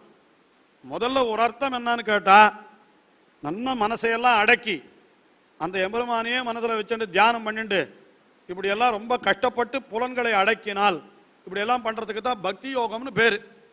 அப்படியெல்லாம் இருந்தால் அந்த எம்பெருமானை காணலாம் அப்படின்னு ஒரு அர்த்தம். ஆனால் அதுக்கு நேர் எதிரான அர்த்தத்தையும் இந்த பாட்டுக்கு சொல்லிடுவோம். என்ன சொல்லுவான்னா, இப்படி எல்லாம் பண்ணினா எம்பெருமானை தெரிஞ்சு விட முடியுமான்னா முடியாது. முடியும்னு சொல்றேன், முடியாதுன்னு சொல்றேன்னா அது அந்த ரிஷிகள் ஏதோ அந்த காரியத்தை பண்ணினான். ஆனா நமக்கெல்லாம் அந்த மாதிரி அறிந்து ஐந்தும் உள்ளடக்கின்னு, ஐந்தும் உள்ளடக்கின்னு ஐந்து இந்திரியங்கள் இதை அடக்கிறதுன்றது ரொம்ப கஷ்டம். சொல்றார், இந்த ஜலத்தை அடக்கிற மாதிரின்னு தண்ணீர் பிச்சுண்டு வருதோ இல்லையோ, ஒரு இடத்துல வச்சு அழுத்தினா இன்னொரு இடத்துல பிச்சுக்குமா. சரி, அந்த இடத்துல போய் அடிக்கணும், மூணாவது இடத்துல பிச்சுக்கும், கடைசியில் மொத்தமாக பிச்சுன்னு மூஞ்சில் அடிக்கும். அதனால் இதை எப்படி அடக்கிறது, மோழை அடக்கிறதுன்றது முடியவே முடியாதுன்றான். அந்த மாதிரி இந்த இந்திரியங்களெல்லாம் ஒன்றை அடக்கினால் மற்றொரு இந்திரியம் பீறிட்டு வருமா, அதை அடக்கிறது ரொம்ப கஷ்டம். அதனால் இந்திரியங்களெல்லாம் அடக்கி நாம் பகவானை அறிவது என்பது நிச்சயமாக நடக்கவே நடக்காது. அப்போ என்ன சுவாமி பண்ணலாம் அப்படின்னா, இதெல்லாம் வேற வழியே இல்லை, நீ தான் அனுகிரகம் பண்ணணும்னு அதுக்கும் அவனையே பிரார்த்திச்சு விடலாம். என்னால் என்னுடைய இந்திரியங்களை அடக்கி உன்னை அறிவது என்பது என்னால் முடியலை, அதனால ஏதோ என்னால் முடிஞ்ச வரைக்கும் நான் உன்னுடைய நாமத்தை சொல்றேன், நீயே எனக்கு உன்னை நீ காட்டித்தர வேண்டும் என்று அவனை பிரார்த்திப்பது தவிர வேறு வழி இல்லை என்று இரண்டாவது பொருள் காட்டுகிறார். அதாவது இந்த பாட்டுல மூணாவது வரியில காண்பரே அப்படின்னு ஒரு சப்தம் இருக்கு. காண்பரேனா காண்பரோ அப்படின்னு ஒரு அர்த்தம், இல்ல காண்பர்னு ஒரு அர்த்தம், ரெண்டு அர்த்தமும் சொல்லலாம். தமிழ்ல இது வேற எந்த பாஷையிலையும் இந்த மாதிரி சொல்ல முடியாது. ஒரே சொல்லுக்கு ரெண்டு பொருளும் உண்டு அப்படின்னு சொல்லக்கூடிய சொற்கள் நிறைய உண்டு. அதாவது உடன்பாடு, எதிர்மறை இரண்டிலேயும் ஒரே சொல்லுக்கு பொருள் சொல்றது உண்டு. அந்த மாதிரி எல்லாம் வரும் தமிழ்ல.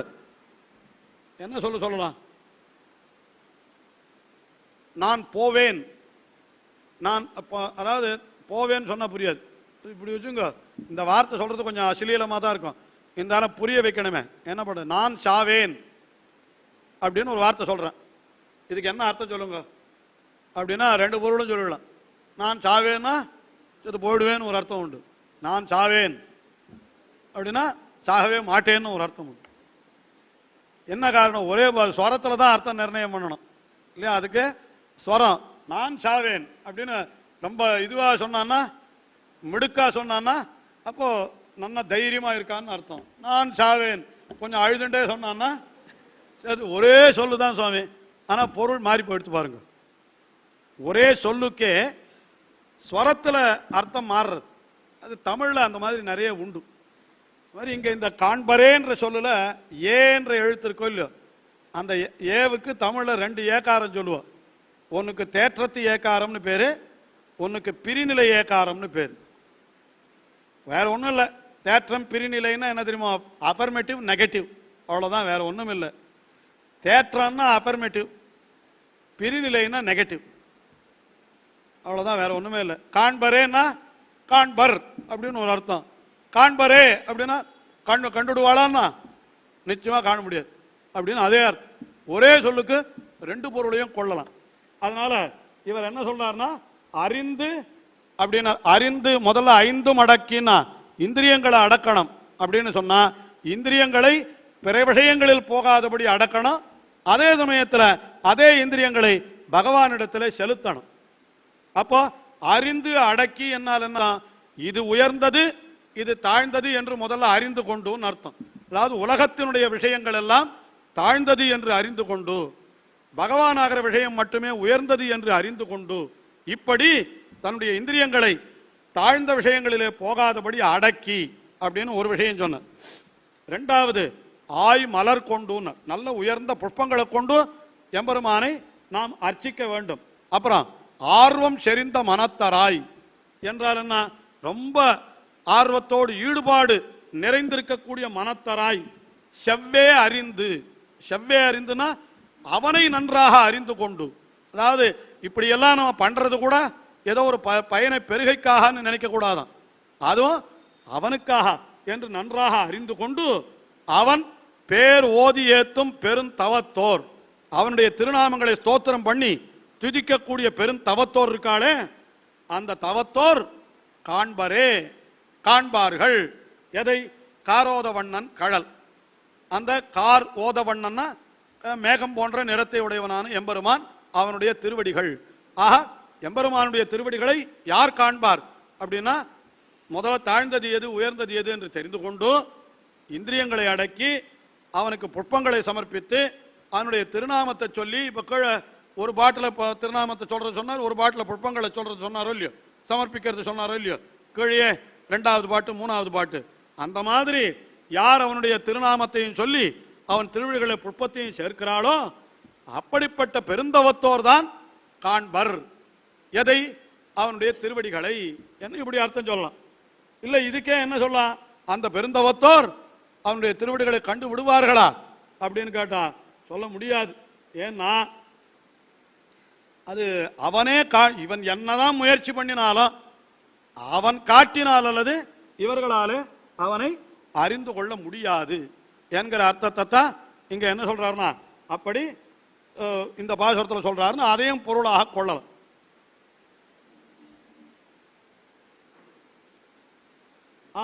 இப்போ அறிந்த இந்த முள்ளடக்கி ஆய்மலர் கொண்டு ஆர்வம் செறிந்த மனத்தராய் செவ்வே அறிந்துன்னு சொன்னார். அவனுடைய இதை காண்பர் அப்படின்னா என்ன அர்த்தம்? இப்போ நிச்சயம் காண்பார்னு ஒரு அர்த்தம். தேற்றத்து ஏகாரத்தால் என்ன அர்த்தம்? காண்பரேன்னு சொன்னதுனால என்ன காண வேண்டும் என்கிற தம்முடைய ஆசையை சொல்லுகிறார். காரோதவண்ணன் கழல் காண்பர் என்கிறது தான் அதாவது முதல் பொருள், அதுதான் முக்கியமான பொருள். ஆனால் அவனுடைய அருள் இல்லைன்னா இத்தனை பண்ணினாலும் காண மாட்டார்கள் என்கிற பொருளையும் நாம் இங்கே சேர்த்து வைத்துக் கொள்ளலாம். என்ன அதை நாம் தெரிந்து கொள்ளணும். அடுத்தபடியாக 7வது பாட்டு என்ன சொல்றாருன்னு கேட்டா, அப்போ அவனை இப்படிப்பட்டவர்கள் தான் காண்பர்னு சொன்னார், மற்றவர்கள் காண முடியாது அப்படின்றத அடுத்த பாட்டில் சொல்றாராம். என்ன சொல்றாருன்னு கேட்டா பாருங்கள், கழலெடுத்து வாய் மடித்து கண் சுழன்று மாற்றார் அழலெடுத்த சிந்தையராய் அஞ்ச தழலெடுத்த போராழி ஏந்தினான் பொன்மலர் சேவடியே ஓராழி நெஞ்சே உகந்து அப்படின்னு சொன்னார். எம்பெருமான் என்ன பண்ணினான்? அதாவது திருவுலக அளந்து அருளின பொழுது அவன் பண்ணின காரியம் இது. என்ன பண்ணினான்? ஒரு கழல் எடுத்துன்னு ஒரு திருவடியை ஆகாசத்தில் தூக்கினான். இந்த விரோதிகள் இடத்துல அவனுக்கு எவ்வளவு கோபம் பாருங்கள். உலகத்தை எல்லாம் அளந்த பொழுது அவன் என்ன பண்ணினான்னா, முதல்ல கழல் எடுத்துன்னு, கழல் எடுத்துன்னா அப்படியே திருவடிகளை ஆகாசத்தில் தூக்கினான். அப்புறம் வாய் மடித்து, கோபத்தில் என்ன பண்றான் அப்படி, அதாவது வாய் மடித்து கண் சுழன்று எதிரிகள் மாற்றார் அழலெடுத்த சிந்தையராய் அஞ்ச, எதிரிகள் எல்லாம் அப்படியே பயமாகிற நெருப்பு அவளை தகிக்கிறது. அதாவது அச்சம் என்கிற நெருப்புனால எதிரிகள் எல்லாம் அப்படி அஞ்சும்படியாக தழலெடுத்த போராழி ஏந்தினான். என்ன பண்ணினா? விரோதிகளை அழிப்பதற்கு தன்னுடைய கையில் இருக்கக்கூடிய சக்கராயுதத்தை ஏந்தினான் என்று அவனுடைய பெருமையை இந்த பாசுரத்தில் இவ்வளவு தூரம் சொல்றார். விரோதிகளை அடிக்கிறதுக்கு எம்பெருமான் என்ன பண்ணினான்? அப்படி வாய் மடித்து கண் சுழன்று. அப்படின்னா சில பேர் கோபம் வந்ததுன்னா என்ன பண்றான்? பல்ல கடிக்கிறான், வாயை நெரிக்கிறான்னு சொல்றாள், புருவத்தை நெரிக்கிறான்னு. அந்த மாதிரி இத்தனை காரியத்தை பண்ணினான். அதாவது வாய் மடித்து சுழலுகின்ற, இல்ல அது விரோதிகளுக்கு சொல்றதாகவும் சொல்லலாம். அதாவது விரோதிகள் இவனிடத்துல இருக்கிற பயத்தினால வாய் மடித்து கண் சுழன்று என்ன அப்படி ஆயிட்டான்னு அந்த அர்த்தம் சொல்லலாம். அப்படிப்பட்டவர்கள் அந்த சமயத்தில் தழலெடுத்த போராழி ஏந்தினான். அப்படிப்பட்ட எம்பெருமானுடைய பொன்மலர் சேவடியே என்று பொன் போலவும் மலர் போலவும், பொன் போல அழகியதாயிருக்கிறது, மலர் போல மென்மையாயிருக்கிறது.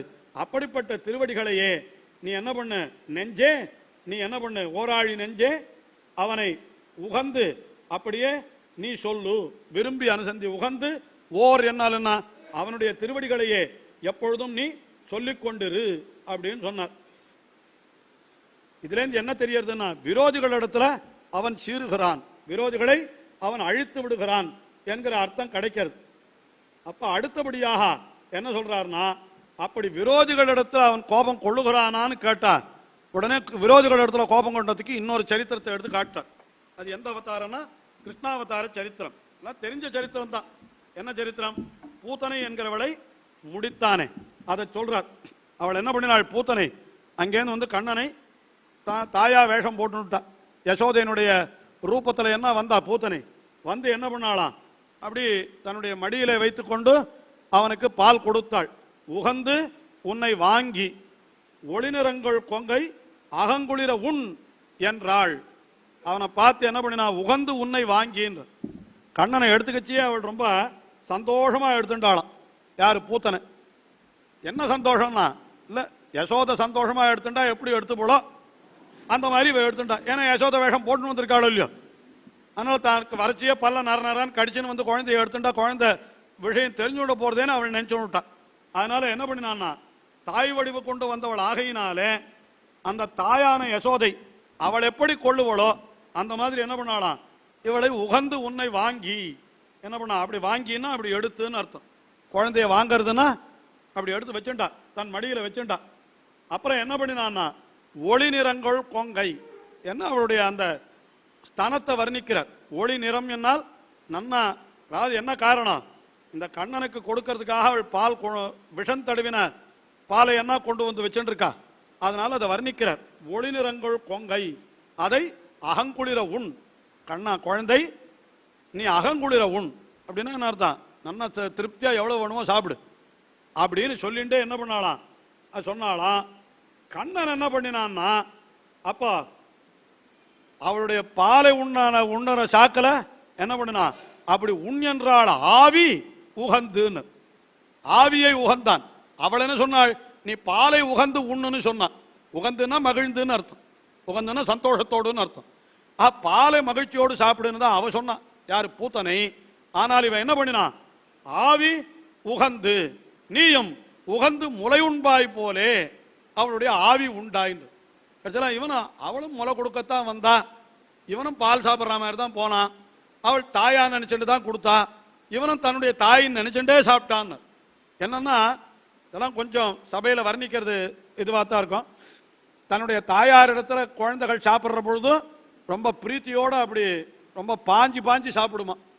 அந்த மாதிரி கண்ணனை என்ன பண்ணானா, இவள் தாய் இல்லைன்னு தெரிஞ்ச பிற்பாடும் பாஞ்சி பாஞ்சி சாப்பிட்டான். யார்? அந்த பூத்தனையின் இடத்துல.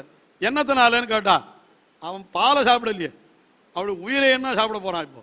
ஆகினால என்ன பண்ணா, நீயும் உகந்து முளை உண்பாய் போலே என்ன செய்தாய், முனிந்து உண்டாய். என்ன என்ன பண்ணினான், அப்படி முனிந்து உண்டாய் என்னால் அவள் இடத்துல கோபம் கொண்டது. வியாக்கியானத்தில் ரொம்ப அழகா சொல்றார்.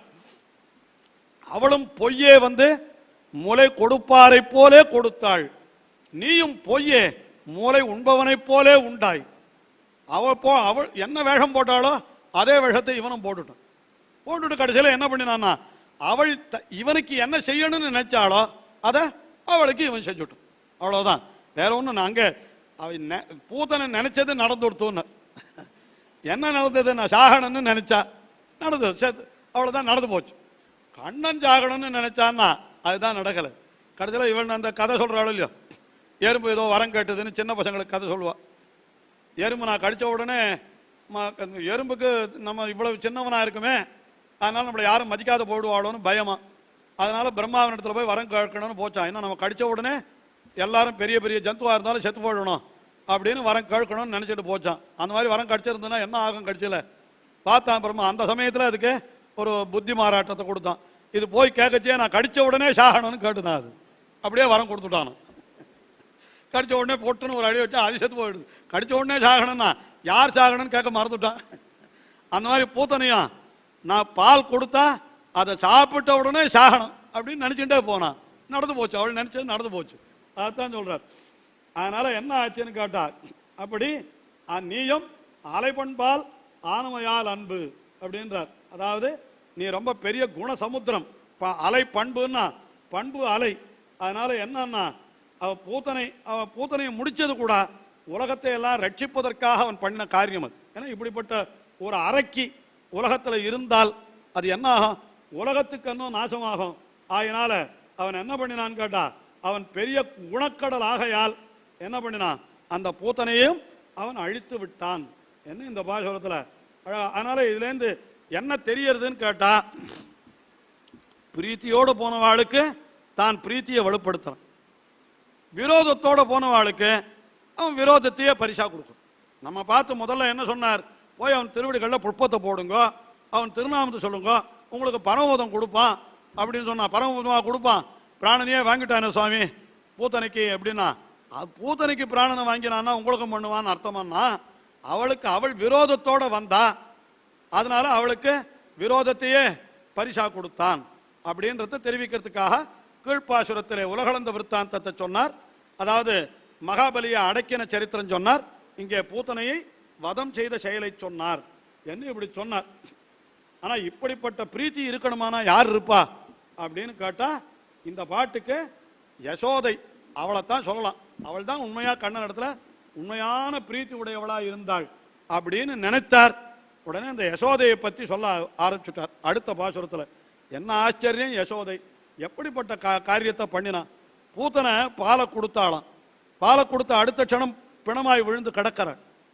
அதை பார்த்த அடுத்த க்ஷணம், ஐயோ இந்த கிட்டையே போகக்கூடாதுன்னு எல்லாம் அலறி அடிச்சுன்னு ஓடி போக வேண்டாமோ, ஓடி வந்து யசோதை என்ன பண்ணாளாம், அவனை எடுத்துட்டு தன்னுடைய மார்போடு அணைத்து கொண்டு தான் பால் கொடுத்தாளாம்.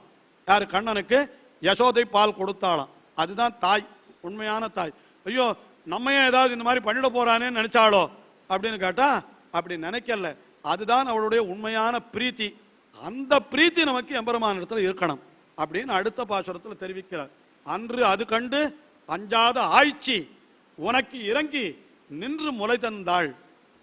பாசுரத்தில் இருக்க சொல்ல பார்த்தாலே அர்த்தம் புரியும் உங்களுக்கு. அன்று அது கண்டு அப்படின்னா என்ன, அன்று பூத்தனை வந்த அன்று அது கண்டு என்னால் அந்த பூத்தனை பிணமாய் விழுந்தது கண்டு அந்த ஆய்ச்சி, அதாவது ஆய்குலத்தில் பிறந்தவளான யசோதை உனக்கு இறங்கி, ஐயோ இந்த குழந்தைக்கு ஒன்றும் ஆகாமல் இருக்கணுமே என்று அவள் என்ன பண்ண, நியாயமா பார்த்தா அன்றைய தினம் இதை கேட்டுட்டு ஒன்று பதறி அடிச்சுன்னு ஓடி போயிருக்கணும், இல்லை மோகிச்சாவது பயந்தாவது விழுந்திருக்கணும்.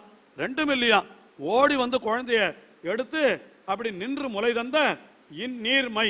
இந்நீர்மை என்னால் இந்த எளிமை, அதாவது அவளுடைய அந்த விஷயம், அந்த நீர்மைக்கு என்ன ஆச்சுன்னா உலகமெல்லாம் கூட இணையாகாது அப்படின்னு சொல்றார். அதாவது இது என்னன்னா, இந்நீர்மைக்கு என்ன சொல்றார், மாக்கடல் சூழ் ஞாலம், கடல் சூழ்ந்த உலகமானது பெருமுறையால் எய்துமோ, இது இன்னது பெரிது என்று பார்க்கிற முறையிலே ஒக்குமோன்னு. அதாவது நான் அவளுடைய அந்த அன்பை ஒப்பிட்டால் இந்த உலகம் கூட அதுக்கு முன்னால சின்னதுன்ற. அதாவது அவளுடைய அன்பு என்கிறது உலகத்தை விட பெருசாயிடுத்து. முன்பு நீ சிறந்த முறையினால் அளந்து கொண்ட, அதாவது அன்று வரன்முறையால் நீ அளந்த இந்த மாக்கடல் சூழ் ஞாலம் பெரிதாமோ. அதாவது விஷயம் என்ன தெரியுமா, உலகத்தினுடைய அளவை விட யசோதை உன்னிடத்துல கொண்டிருந்த அன்பு தான் பெருசு. உலகமெல்லாம் அதுக்கு ஈடாகுமா? ஆகவே ஆகாது அப்படின்னு சொல்ற பொழுது, உலகம்னா எந்த உலகம், நீ அளந்து கொண்ட உலகமே கூட யசோதையினுடைய அன்புக்கு ஈடாகாது என்ன அப்படி சொல்றார் பாசுரத்தில். ஆஹா, அன்று அது கண்டு அஞ்சாத ஆய்ச்சி அவள் இறங்கி நின்று முளை தந்தாளே இந்த நீர்மை, அதாவது இந்த பெருங்குணத்திற்கு உலகம் அத்தனையும் சேர்ந்தாலும் ஈடாகாது. ஆனா அப்ப ஆழ்வார் வந்து தம்முடைய அன்பை கூட என்ன சொன்னார், உலகத்து அளவுக்கு பெருசுன்னு சொன்னார். ஆனா இப்ப என்ன சொல்லிட்டார், யசோதை கண்ணன் இடத்துல வைத்திருக்கிற அன்பு என்கிறது உலகத்தை காட்டிலும் பெருசுன்னு சொல்ற. அப்படின்னா அவளுடைய அன்பு, அந்த அன்பு நமக்கெல்லாம் வருமா, அது வரவே வராது அப்படின்னு சொன்னார். உடனே கிருஷ்ணாவதார சரித்திரத்தில் இன்னும் சில விஷயங்கள்லாம் ஞாபகம் வருது. என்ன பண்ண, எம்பெருமான் எவ்வளவு காரியம் பண்ணியிருக்கான் அப்படின்னு. என்னென்ன காரியம் பண்ணியிருக்கான்னா சொல்றார் வரிசையா. என்ன சொல்றார், பேர்த்தனை மாசகடம் பிள்ளையாய். என்ன சொல்றார், பிள்ளையாய் நீ மாசகடம் பேர்த்தனை. சின்ன குழந்தையா இருக்கிற காலத்திலேயே அவன் என்ன சொன்னான், பெரிய சகடாசுரனை அழித்தான். அதுக்கு மேலே மண்ணிறந்து உயிரும் காத்தனை என்று பேர்த்தனை மாசகடம் பிள்ளையாய் மண்ணிறந்து காத்தனை பல்லுயிரும் என்று இந்த உலகத்தை எல்லாம் லோகத்தில் இருக்கிற அத்தனை உயிர்களையும் நீ மகாபலியின் இடத்துல போய் தானம் வாங்கி அதை ரட்சித்து அதை காத்தனை. ஆனால் உன்னிடத்திலே நான் நின்னுள்ளி நின்றமையால் உன்னிடத்திலே நான் மிகவும் ஈடுபட்டு நிற்கின்ற இந்த காரணத்தினாலே நான் என்ன பண்ணினேன்? ஏத்திய நாவுடையேன் பூவுடையேன். உன்னை ஸ்தோத்திரம் பண்ணுவதற்கான நாக்கை உடையவனாய் இருக்கிறேன். உன்னுடைய திருவடிகளிலே சமர்ப்பிப்பதற்கு பூவை உடையவனாயும் இருக்கிறேன். அப்படிப்பட்ட என்னை நீ என்ன செய்ய வேண்டும்? அடியேன் பட்ட கடை கா கான காத்தருள் அர்த்தம். அந்த காவடியேன் பட்ட கடைன்னு இருக்கும் இல்லையோ, அந்த 4வது வரியில் இருக்கிற கா என்கிற சொல்ல இருக்குல்ல, என்னை காத்து அருள்னு அர்த்தம். அதுக்கு கா அப்படின்னா காப்பாய். என்ன எதுலேருந்து காக்கணும் உண்மை அப்படின்னு கேட்டா, அடியேன் பட்ட கடை. நான் எவ்வளவு கடையில இருக்கணுமோ, கடைன்னா ரொம்ப தாழ்வா இருக்கேன். ஆஹா, அடியேன் பட்ட தாழ்வு எவ்வளவோ அதை நீயே எனக்கு போக்கி அருள வேணும். நீ என்ன செய்தாய்? விரோதிகளை நீயே போக்கினாய். நீயே உலகத்திற்கு நன்மை செய்தாய். எங்க செய்திருக்கிறான்னு கேட்டா 2 சரித்திரம் சொன்னார். சகடாசுரனை அழித்தது, மகாபலியை அடக்கினது. 2 சரித்திரத்தை சொன்னார். நீ பேர்த்தனை மாசகடம் பிள்ளையாய் மண்ணிறந்து காத்தனை பல்லுயிரும். ஏன் இதெல்லாம் அவன் பண்ணினான் அப்படின்னா, காவலனே. அவனை பார்த்து சொல்ற காவலன் என்னால் உலகத்தை எல்லாம் ரட்சிக்கிறவனாகினாலே உன்னுடைய ரட்சணத்துக்கு சேர நீ என்ன பண்ற? விரோதிகளை அழிக்கிறாய், அடியவர்களை காக்கிறாய். இப்ப நானாரு என்னால் உன்னுடைய அடியவன். எப்படி தெரியறதுன்னா, ஏத்திய நாவுடையேன். உன்னை ஸ்தோத்திரம் பண்ணுகின்ற நாக்கை உடையவனாக நான் இருக்கிறேன். அதற்கு மேலே உன்னுடைய திருவடிகளிலே சமர்ப்பிப்பதற்கு பூவுடையேன். ஆக கையில பூவையும் நான் கொண்டிருக்கிறேன். ஆகையினாலே நீ என்னை கா கா என்னால் காத்தருள். அடியேன் பட்ட கடை.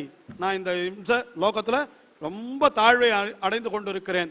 ஆகையினாலே எம்பெருமானே, நீயே என்னை அப்படி ரட்சித்தருள வேண்டும் என்று அந்த எம்பெருமானை பார்த்து இந்த இதுல பிரார்த்தித்துக் கொள்ளுகிறார். மேலே அடுத்த பாசுரத்துல என்ன தெரிவிக்கிறார்னா, இதுக்கு மேல சொல்றார், எம்பெருமான எல்லாரும் என்னன்னா மற்ற தேவதைகளை எல்லாம் தொழுதால் அப்ப என்ன ஆகும்னு கேட்டா, அதாவது அந்தரத்தில் இருக்கிற தேவதைகளை நாம் தொழுதோமானால் அப்படின்னா, அந்தரத்திலேன்னு சொல்றதுடைய அபிப்பிராயம் என்ன தெரியுமா? மேல பரமபதம் தான் இருக்கு. ரொம்ப மேல இருக்கிறது, அதுக்கு மேல ஒன்றும் கிடையாது. இருக்கிறதுலயே பரமபதம் தான் முடிவு. நாம கீழே இருக்கும். இப்போ இந்த தேவர்கள்லாம் எங்க இருக்கா? 2த்துக்கும் நடுவில் இருக்கா. அதனால அந்தரத்தில் இருக்கிற தேவதைகள். அதனால தேவதைகளுக்கெல்லாம் அந்தர ஜாத்தின்னே பேரு. அந்தர ஜாத்தினா ரொம்ப மட்டமான விஷயம். சாதாரணமாக சொல்ற பொழுது லோகத்தில் அந்தர ஜாத்தினா அர்த்தம், இந்த 2 கட்டான்றால அவனை தான் அந்தர ஜாத்தின்னு. அப்ப இவெல்லாம் யாருன்னா தேவர்கள்லாம் 2 கட்டான். நீங்க இந்த 2 கட்டான போய் ஆசிரிச்சா என்ன ஆகும்? உங்களுக்கும் 2 கட்டான் தான் ஸ்டேஜ் ஆயிடும். அதனால என்ன கிடைக்கிறதுன்னு கேட்டா, எம்பெருமானியே ஸ்தோத்திரம் பண்ணணும். அத சொல்றார், கடை நின்று அமரர் கழல் தொழுது நாளும் இடை நின்ற இன்பத்தராவர். லோகத்தில் இருக்கிறவாளெல்லாம் என்ன பண்றாளாம்? கடை நின்று வாசலிலே நின்று என்ன பண்றாளாம்? அமரர் கழல் தொழுது. அமரர் என்கிறது இந்த இடத்துல பிரம்மா முதலான தேவர்களை குறிக்கிறது. பிரம்மா, சிவன், இந்திரன், இன்னும் என்னென்ன உண்டோ தேவதாந்திரங்கள் எல்லாரையும் குறிக்கிறது. அவனை எல்லாம் தொழுதால் கடைசியில் என்ன கிடைக்கும்னு கேட்டா, இடை நின்ற இன்பத்தராவர்னு. நடுவில் இருக்கிற இன்பம் தான் இவாளுக்கு. இடை நின்ற இன்பம்னா என்ன? அது நீடித்த இன்பம் கிடையாது. கிடைக்கும் இன்பம், கிடையாதுன்னு சொல்லலை, கிடைக்கும் இன்பம். ஆனால் எவ்வளவு நாள் கிடைக்கும்னா, அது எத்தனை நாள் புண்ணியம் இருக்கோ அத்தனை நாள் தானா. இங்கேருந்து புண்ணியம்லாம் நிறைய பண்றான், சொர்க்கத்துக்கு போறான். போனா என்ன பண்ணுவான்னு கேட்டா, இந்த புண்ணியம் தீர்ந்து எடுத்தோம்னா அடுத்த க்ஷணம் கீழே புண்ணிய மத்திய லோகம் விஷயத்துக்கு தலைகுழ கழுத்து பிடிச்சி தள்ளிவிடுவாள். அங்கே வந்து விழ வேண்டியதுதான். இந்த விசா மாதிரி. அது புண்ணியன்றது என்னன்னா விசா மாதிரி. விசால டேட் போட்டு கொடுத்துட்டான், என்ன ஆகி போச்சு. அதுக்கப்புறம் ஒரு நாள் கூட அங்கே இருக்க முடியாது. அடுத்த நிமிஷம் என்ன பண்ணுவான்? கொண்டு போய் ஒன்று அங்கேயே காராகிரகத்தில் வச்சுடுவான், சிறையில் வச்சுடுவான், இல்லை பேக் பண்ணி அனுப்பிச்சுட்றான். கொண்டு போ, உங்கள் ஊருக்கே போயிட்டு வான்னு அனுப்பிச்சுட்றான். அதே மாதிரி இங்கேருந்து இருக்கிறவெல்லாம் புண்ணியம் பண்ணால், புண்ணியன்றது விசா, சொர்க்கலோகத்துக்கு போனான். அந்த புண்ணியம் எவ்வளோ இருக்கோ அவ்வளோ வரைக்கும் அவன் சொர்க்கத்தில் இருக்கலாம். அது முடிஞ்சு போச்சுன்னா கழுத்து தள்ளிவிடும். பகவத்கீதையிலேயே கண்ணன் சொல்கிறான். என்ன சொல்கிறான் தெரியுமோ? எல்லாரும் இதர தேவதைகள் எல்லாம் கூட ஆசிரியிக்கிறா. 7வது அத்தியாயத்தில் சொல்றான். என்ன சொல்றான்னா, எல்லாரும் இதர தேவதைகளை ஆசிரியிக்கிறா. போகட்டும், யோ யோ யாம் யாம் தனும் பக்தா ஸ்ரத்தையா அர்ச்சித்து மிச்சதி தஸ்ய தஸ்ய அச்சலாம் ஸ்ரத்தாம் தாமேவ விததாம் யம். கடைசியில் மயைவ லபதேச்ச ததக்காமான் மயைவ விகிதான் ஹித்தான் என்ன அவ வேண்டியத்தையும் அவ அந்த தேவதைகளிட்ட கேட்டு அடையிறா. அதுவும் நான் தான் அவர்கள் மூலமாகவே கொடுக்குறேன், என்னிடத்துலேருந்து தான் அதுவும் கிடைக்கிறது அவளுக்கு. ஆனால் என்ன தெரியுமோ, ஒரே ஒரு விஷயம், அந்த வத்து பலன் தேஷாம் தத்பவதி அல்பமேதசாம் சொல்கிறோம். ஆனால் அப்படி அந்த தேவதைகள் இடத்திலிருந்தெல்லாம் அவனுக்கு கிடைக்கக்கூடிய பலன் என்கிறது அந்தவத்து என்றால் ஒரு முடிவை உடையது. ஏனென்றால் அந்த தேவதைகளே முடிவை உடையவர்களா சொல்லி அழியக்கூடியவர்கள். ஒரு பிரளயம் வந்ததுன்னா எல்லாரும் சேர்த்து அடிச்சுன்னு போக போகிறோம், அதில் அந்த தேவதைகளும் சேர்ந்து தான் முழுக போகிறோம். அப்படி இருக்கிற பொழுது அந்த அழியக்கூடிய தேவதைகள் இருந்து கிடைக்கக்கூடிய பலன் மட்டும் எப்படி இருக்கும், அதுவும் அழியக்கூடிய பலனாகத்தான் இருக்கும். ஆனால் எப்போ அப்போ எந்த பலன் அழியாத பலன் என்னால் அதை கடைசியில் சொல்கிறான். யார் மாமேவையை பிரபத்தியந்தே மாயாம் ஏதாம் தரந்தித்தே என்று என்னையே எவன் பற்றுகிறானோ அவன்தான் இந்த மாயையை கடக்கிறான் என்னெல்லாம் கீதையில் சொல்லியிருக்கான். அதான் இங்கே சொல்றார் ஆழ்வார். என்ன சொல்றாருன்னா, கடை நின்று அமரர் கழல் தொழுது. கடை நின்றுன்னா அங்கே கூட அந்த தேவதைகளெல்லாம் உள்ள கூட சேர்க்காது போல இருக்கு, வாசல்லையே நிற்க வச்சா பேசி அனுப்பிச்சிருவா அவ்வளோன்னு. அதுக்கே இவன் மகிழ்ந்து போறானா. பிரம்மாதி தேவர்களுடைய கால்களை தினந்தோறும் தொழுது இடை நின்ற இன்பத்தராவர். இடை நின்றான நடுவில் உள்ள இன்பத்தை உடையவர்களாக இவர்கள் ஆகின்றார்கள். ஆனால் நெடுமாலே, நெடுமாலேனா நின்னடியை யாரோத வல்லார். ஆழ்வார் எவ்வளவு துக்கத்தோடு சொல்றார் பாருங்க. ஐயோ, உன் திருவடியை யார் சேவிக்கிறா, சேவிக்கவே மாட்டேன்றாளே, வந்து சேவிச்சா அழியாத பலன் கிடைக்குமே, ஆனா ஒருத்தரும் புரிஞ்சுக்கலையே, நான் என்ன பண்றது அப்படின்னு பாருங்க. பிற தெய்வங்களை பற்றி வீணாய் போவர்கள் உண்டோ, இப்படியெல்லாம் பாழா போறாளே அப்படின்னு இவர் சொல்றார். நீரோதமேனி நெடுமாலே, புடை நின்ற நீரோதமேனி நெடுமாலே. அது நெடுமாலுக்கு விசேஷம். அது புடை நின்ற நீரோதமேனி என்னால் சூழ்ந்திருக்கிற நீரை உடைய கடல் போன்ற திருமேனியை உடையவன் அர்த்தம். எம்பெருமானுடைய திருமேனி நிறத்துக்கு கடலை ஓமையாக சொல்றார் இந்த இடத்துல. நெடுமாலே நின்னடியை யார் ஓதவல்லார், உன்னுடைய திருவடிகளை யார் ஓதரா, ஒத்தரும் ஓத மாட்டேன்றா. எல்லாரும் கடைசியில் ஒன்றும் வேண்டாம், அவனை ஒரே ஒரு தடவை அவனை சொன்னா போறோம், ஆனா உத்தரம் தெரிஞ்சுக்க மாட்டேன்றாளே அப்படின்னு சொல்றார்.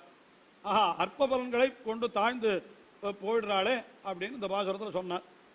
அப்புறம் அடுத்த பாட்டில் என்ன சொல்றாருன்னா, அப்போ அந்த தேவதைகளை எல்லாம் ஆச்சரிக்க வேண்டாமா, அந்த தேவதைகளை நாம் ஆச்சரிக்கிறது தப்பா, தப்புன்னா அவர்களெல்லாம் தேவதைகளா ஏன் படைச்சு வச்சான், அவர்களுக்கு தேவர்கள்னு பேர் உண்டோ இல்லையோ அப்படின்லாம் கேட்டாலாம். எல்லாம் வாஸ்தவம் தான். ஆனால் ஒரு விஷயம் தெரிஞ்சுங்க, நீங்க போய் எந்த தேவதையை போய் பிரார்த்திக்க போகிறீர்களோ அந்த தேவதையை இவன் வாசல தான் வந்து பிரார்த்திக்கிறது, அதை தெரிந்து கொள்ளுங்கள் என்று அடுத்த பாசுரத்தில் தெரியும். அந்த தேவதைகளெல்லாம் எப்படிப்பட்டவர்கள் தெரியுமோ, தாங்கள் எந்த பலத்தையும் தாங்களே கொடுக்கறது இல்லை. பின்ன என்னன்னா, நீ என்ன பலனை கேட்கிறியோ அந்த, இப்போ ஒரு உதாரணத்துக்கு சொல்கிறேன், நம்ம கடையில் போய் ஏதோ ஒரு பொருளை வாங்குகிறோம், அந்த பொருள் நமக்கு ஏதோ 1-2 வாங்கணும்னா ஒரு கடையில் வாங்குகிறோம். இதே நமக்கு ஒரு 100 பொருள் வாங்கணும், 100 வஸ்து வாங்கணும்னு வச்சுங்க, என்ன சொல்கிறது, எல்லாம் நவராத்திரி சீசன், எல்லோரும் என்ன பண்ணுவா, எல்லாருக்கும் வெத்தலை பாக்கில் வச்சு கொடுக்குறதுக்கு ஏதோ ஒரு ப்ளவுஸ் பிட் வாங்குறாளா, அதுக்கு லோக்கல்லையே ஒரு கடையில் வாங்கினா 10 ரூபாய் இருக்கும். அது கடைசியில் நான் அவனே பார்த்தா அவன் எங்கேயோ போய் ஹோல்சேல்லேருந்து வாங்கிட்டு வருவான். இப்போ நாமே அங்கே போய் வாங்கிட்டு விடுவோம், எதுக்கு இவன்கிட்ட வாங்கணும் அப்படின்னு நாமக்கே ஹோல்சேலுக்கு போடுவோம் சில சமயம், உண்டா இல்லையா? அந்த மாதிரி இந்த தேவதைகளெல்லாம் ரீட்டைல், ஹோல்சேல் யாருன்னா நாராயணன் தான். அவர் சொல்கிற ஆழ்வார் பாசுரத்தில் இருக்கிற விஷயம்.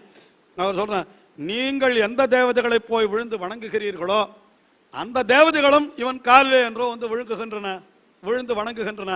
அப்போ நீங்கள் இவன் திருவடிகளிலே விழுங்கள் என்று நம்மை பார்த்து எப்படி சொல்றார் பாருங்க. அவர் இவர் என்று இல்லை, அவர் இவர் என்ன இல்லைன்னா என்ன சொல்லச்சியே எவ்வளவு அலட்சியமா சொல்றார் பாருங்க. அவா இவான்னு வித்தியாசமே கிடையாது, எல்லாரும் நாராயண இடத்துல தான் வந்து விழுறாள். அரவணையான் பாதம் எவர் வணங்கி ஏத்தாதார், அரவணையானுடைய திருவடிகளை யார்தான் வணங்கி ஏத்தவில்லை, யார் ஸ்தோத்திரம் பண்ணல, எல்லாரும் ஸ்தோத்திரம் பண்றா. அவர் இவர் என்ன இல்லைன்னா ஒத்தர் கூட இல்லை, வித்தியாசமே இல்லை, எல்லாரும் நாராயணனுடைய திருவடிகளில் வந்து விழறா. அவர் இவர் என்று இல்லை, சிறியார் பெரியார் என்ற வேறுபாடு இல்லை. எவர் வணங்கி அரவணையான் பாதம் ஏத்தாதார்.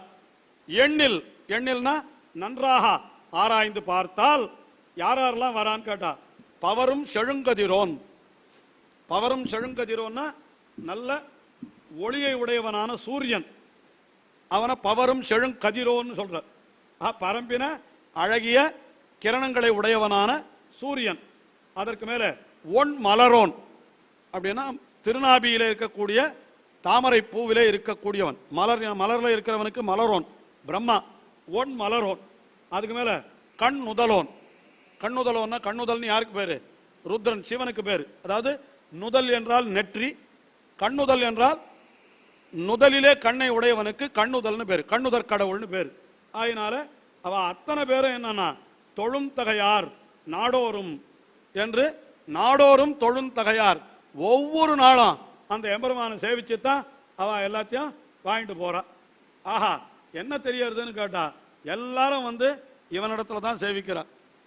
கீழ்ப்பாசுரத்துல மற்ற தேவதைகள் இடத்துல போகாதீர்கள், அதெல்லாம் கடை நின்ற அமரர் கழல் தொழுதால் இடை நின்ற இன்பம் தான் கிடைக்கும் உங்களுக்குன்னு சொன்னார்.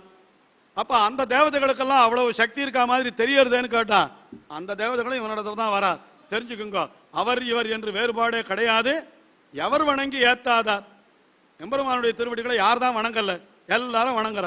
யார் வணங்குறான்னு கேட்டா கதிரோன், ஒன்மலரோன், கண்ணுதலோன் என்று எல்லாரும் தொழுந்தகையார் நாளும் தொடர்ந்து அப்படின்னு அவனுடைய பெருமையை சொன்னார். அதுக்கு அடுத்தபடியாக என்ன 12வது பாசுரம், அதுல என்ன தெரிவிக்கிறார்னா தொடரெடுத்த மால் யானை. அதாவது ஒன்றும் வேண்டான்னா அவன் திருவடிகளில் புஷ்பத்தை போட்டா ஒரு திரியக்கு கூட உஜ்ஜீவித்தது. அதுலேயும் இன்னொரு விஷயம் சொல்லணுமோ இல்லையோ, அவன் என்ன பண்ணினான்? ஆதி மூலமேனு கதறினான்னு சொல்றான். இவன் தான் எல்லாருக்கும் பரதேவத்தைன்னு உமக்கு எப்படி தெரியும்? எல்லா தேவதைகளும் இவனை வந்து தொழுகிறார்கள்னு சொன்னீரே, உமக்கு எப்படி தெரியும் அது அப்படின்னு கேட்டா உடனே என்ன சொல்றார் பாருங்க, ஆதி மூலமேனு கதறினான் கஜேந்திர ஆழ்வான். ஏன் மற்ற தேவதைகளெல்லாம் ஆதி மூலமா இருந்தா அதுகள் வந்திருக்க வேண்டியது தானே? யார் வந்தாங்க? மூலம் என்ன வந்தது? உங்கள் தேவனோ அப்படின்னு கேட்கிறார். இதெல்லாம் கொஞ்சம் ஒவ்வொருத்தர் ஒரு மாதிரி நினைச்சுப்பா. இருந்தாலும் இதெல்லாம் அனுபவங்கள், ஆழ்வாருடைய பாசுரங்கள்ல இருக்கக்கூடிய அனுபவங்கள். சொல்றார், யார் பரதேவதைன்னா நாராயணன் தான் பரதேவதை. பிள்ளை பெருமாளைங்காரை பத்தி ஒரு அழகான சரித்திரம் சொல்றார். அவர் ரொம்ப வீர வைஷ்ணவரான். யாரும் மற்ற தேவதைகள் யாரையும் தொழவே மாட்டாராம். யார்? பிள்ளை பெருமாளைங்கான்றவர் ரொம்ப ஒரு மாதிரி ரொம்ப உறுதியான வைஷ்ணவத்தை உடையவர் அவர். ஆனா அவர் ரொம்ப அழகா பாசுரம்லாம் பாடுவார். அதனால திருவானக்காவில் இருக்கிற சைவர்கள்லாம் என்ன பண்ணினாலும், இவ்வளவு அழகா பாடுறவர் நம்ம தெய்வத்தையும் ஒரு பாட்டு பாடினா நன்னா இருக்குமே அப்படின்னு அவரை போய் கேட்டு பார்த்தா. அதெல்லாம் நான் வேற நாராயணனை தவிர, எங்க ரங்கநாதனை தவிர நான் வேற எந்த தெய்வத்தையும் பாட மாட்டேன் அப்படின்னு சொல்லிட்டார். அவர் என்ன பண்ணிட்டா, ஒரு நாள் பெருமாளுடைய விஸ்வரூப பசு அதை எடுத்து ஒழிச்சு வச்சுட்டாலும். உடனே எங்கன்னு தேடினா விஸ்வரூபம் நடக்கணும், பசுவை காணும். என்னன்னு கேட்டா, பிள்ளை பெருமாளையங்கார் வந்து எங்களுடைய தேவதையை ஒரு பாட்டு பாடினா தான் அந்த பசுவை விடுவோம்னாலும். உடனே எல்லாரும் ஐயங்கார்கிட்ட போனான். இந்த மாதிரி சுவாமி, இந்த மாதிரி நீர் பாடினா தான் கொடுப்பேன்றாலே என்ன பண்றது அப்படின்னு கேட்டாலும். என்ன பண்றது, இப்போ விஸ்வரூபம் நடந்தாகணும், பசுவை விடுவிச்சாகணும், வேற வழி இல்லை. உடனே அவர் என்ன சொன்னாராம், நான் பாடுறேன் ஆனா இப்ப பாட முடியாது, பாடணும்னா கொஞ்சம் எழுதி கவனம் பண்ண வேண்டாமா, நான் கற்பனை பண்ண வேண்டாமா, நான் சாயங்காலம் சபையை கூட்டுங்க அப்ப வந்து பாடுறேன், இப்ப விட்டுடுங்கோ அப்படின்னாரு. அதெல்லாம் முடியாது, நீர் பாடுவீர்ன்றது என்ன நிச்சயம், முதல் ஒரு பதமாவது சொல்லும், நான் பாடுறேன்றதுக்கு ஒரு பதம் சொல்லும், அப்பதான் விடுவேன்னு சொன்னார். உடனே சரி அதுக்கு என்ன சொல்லிவிடுறேன்ட்டு மங்கை பாகன் அப்படின்னு சொன்னாராம். மங்கை பாகன்னா சிவனை குறிக்கக்கூடிய சொல்லது. மங்கையை தன்னுடைய பாகத்திலே உடையவர் அப்படின்றது ருத்ரனை பத்தின பாட்டு. ருத்ரனை பத்தின சொல்லது மங்கை பாகன்னு சொன்னாராம். சரி பரவாயில்ல, எடுத்த உடனே சிவனுடைய நாமத்தை கூட சொல்ல மாட்டேன்னு சொன்னவர் இப்ப நாமத்தை சொல்லிட்டார், அதனால விட்டுடுவோம் அப்படின்னு பசுவை விட்டுட்டா. சாயங்காலம் சபையை கூட்டினாலாம். உடனே ஒரு பாட்டு பாடினார். அவர் கேட்டா செய்வாள்லாம் கொஞ்சம் கஷ்டப்படுவா. அப்படி ஒரு பாட்டு பாடிட்டார். என்ன பாடினார் தெரியுமோ, மங்கை பாகன் சடையில் வைத்த கங்கை யார் பதத்து நீர், வனசமேவு முனிவனுக்கு மைந்தனானதில்லையோ, செங்கையால் இறந்தவன் கபாலம் யார் அகற்றினார், செய்யத்தாளின் மலர் அரண் சிரத்திலானதில்லையோ, வெங்கண் வேழம் மூலம் என்ன வந்தது உங்கள் தேவனோ, வீறுவாணன் அமரிலன்று விரலழிந்ததில்லையோ, அங்கஞ்ஞாலம் உண்டபோது வெள்ளி வெற்பு அகன்றதோ, ஆதலால் அரங்கனன்றி வேறு தெய்வம் அரங்கனன்றி வேறு தெய்வம் இல்லையே அப்படின்னு விட்டார். அவர் சொன்னார், எல்லா சரித்திரத்திலையும் எங்கெங்கெல்லாம் நாராயணனுடைய பரத்துவம் தெரியறதோ அந்த மாதிரி சரித்திரத்தை எல்லாம் தொகுத்து அவர் சொல்ற பொழுது இவர் சொல்றார், வெங்கண் வேழம் மூலம் என்ன வந்தது உங்கள் தேவனோன்னு கேட்டார். ஆதி மூலமேன்னு தானே கூட்டம் அவன். ஏன் ஆதி மூலம்னா என்ன, ஜெகத்துக்கெல்லாம் யார் மூலமோ அவன் தான். அப்போ யார் வேணா வந்திருக்கலாமோ இல்லையோ, நான் தான் மூலம்னு சொல்லிட்டு எல்லாரும் வந்திருக்கலாமே, ஏன் யாரும் வரலன்னு கேட்கிறாரு. நாராயணன் தானே வந்தான், அப்போ என்ன தெரியறது, அவன் தான் ஆதி மூலம்னு தெரியறது. அதுதான் இந்த பாட்டில் கீழ்ப்பாசுரத்தில் இடை நின்ன இன்பத்தராவர்னு எல்லாம் சொன்னார். கண்ணுதலோன் அன்று தொழுந்தகையார் நாளும் தொடர்ந்துன்னு சொன்னார். இப்போ இந்த பாட்டில் என்ன சொல்றாருன்னா, அப்போ அந்த ஆதி தேவன் என்கிறதை ஆதி மூலம் என்கிறதை அவன் நிரூபித்த அந்த சரித்திரத்தை சொல்லுகிறார். தொடரெடுத்த மால் யானை சூழ் கயம் பூக்குன்னு, தொடரெடுத்தனா நிறைய புஷ்பங்களை எல்லாம் பறித்து கொண்டிருந்த, தொடர்னா அந்த புஷ்பங்களுடைய கொடிக்கு பேர், அதை எடுத்த மால் யானை அது என்ன பண்ணிட்டு சூழ் கயம் பூக்கு, ஒரு கயம்னா ஒரு தடாகம், அதுக்குள்ள பூக்கு என்ன கடைசியில ஆச்சுன்னா அது படரெடுத்த பைங்கமலம் கொண்டு அங்க இருக்கக்கூடிய ஒரு தாமரையும் பறிச்சுடுத்தது. ஆனா அன்று ஒரு இடர் அடுக்கன்னு, அந்த சமயத்தில் ஒரு இடர் வந்து சேர்ந்தது. இடர் என்ன இடர்னா முதலையாலே வந்த இடர். உடனே அது என்ன பண்ணித்துனா ஆழியான் பாதம் பணிந்து, அன்றே ஆழியான் பாதம் பணிந்து என்னால் அந்த எம்பெருமானுடைய திருவடிகளை பணிந்து அன்றோ வானவர்கோன் பாழிதான் எய்தித்து, அந்த எம்பெருமானுடைய பாழி என்னால் அவனுடைய இருப்பிடம் அர்த்தம். அது மோட்சத்தை அடைந்தது பிற்காலத்தில். அந்த யானை என்கிறது அந்த திருவடியில புஷ்பத்தை சமர்ப்பித்தது. அப்புறம் அந்த யானைக்கு மோட்சத்தையும் எம்பெருமான் கொடுத்தான். அதனால தான் சரித்திரத்துக்கே கஜேந்திர மோட்சம்னு பேர் வச்சிருக்கா. கஜேந்திரனுக்கு மோட்சத்தை கொடுத்தான். ஆகையினாலே வானவர்கோன் பாழி அது எப்படி எய்தித்துன்னு கேட்டா ரெண்டு காரியம் பண்ணித்து. ஒன்னு பகவானுடைய நாமத்தை வாயாலே சொல்லித்து ஆதி மூலமேனு தாமரை பூவை பறித்து அவனுக்கு சமர்ப்பித்தது. ஒரு பார்த்தா என்னமோ தொடர்ச்சி மாதிரி பூதத்தாழ்வார் முதல் பாசுரத்தில் என்ன சொன்னார், அதாவது இரண்டாவது பாசுரத்தில் என்ன சொன்னார்னா, நாரணந்தன் நாமங்கள் தானத்தால் மற்றவன் பேர் சாத்தினால்னு திருநாமத்தை சொல்லுங்கோன்னு சொன்னார். மூணாவது பாசுரத்தில் அவனுடைய திருவடிகளில் பூக்களை இடுங்கள்னு சொன்னார்.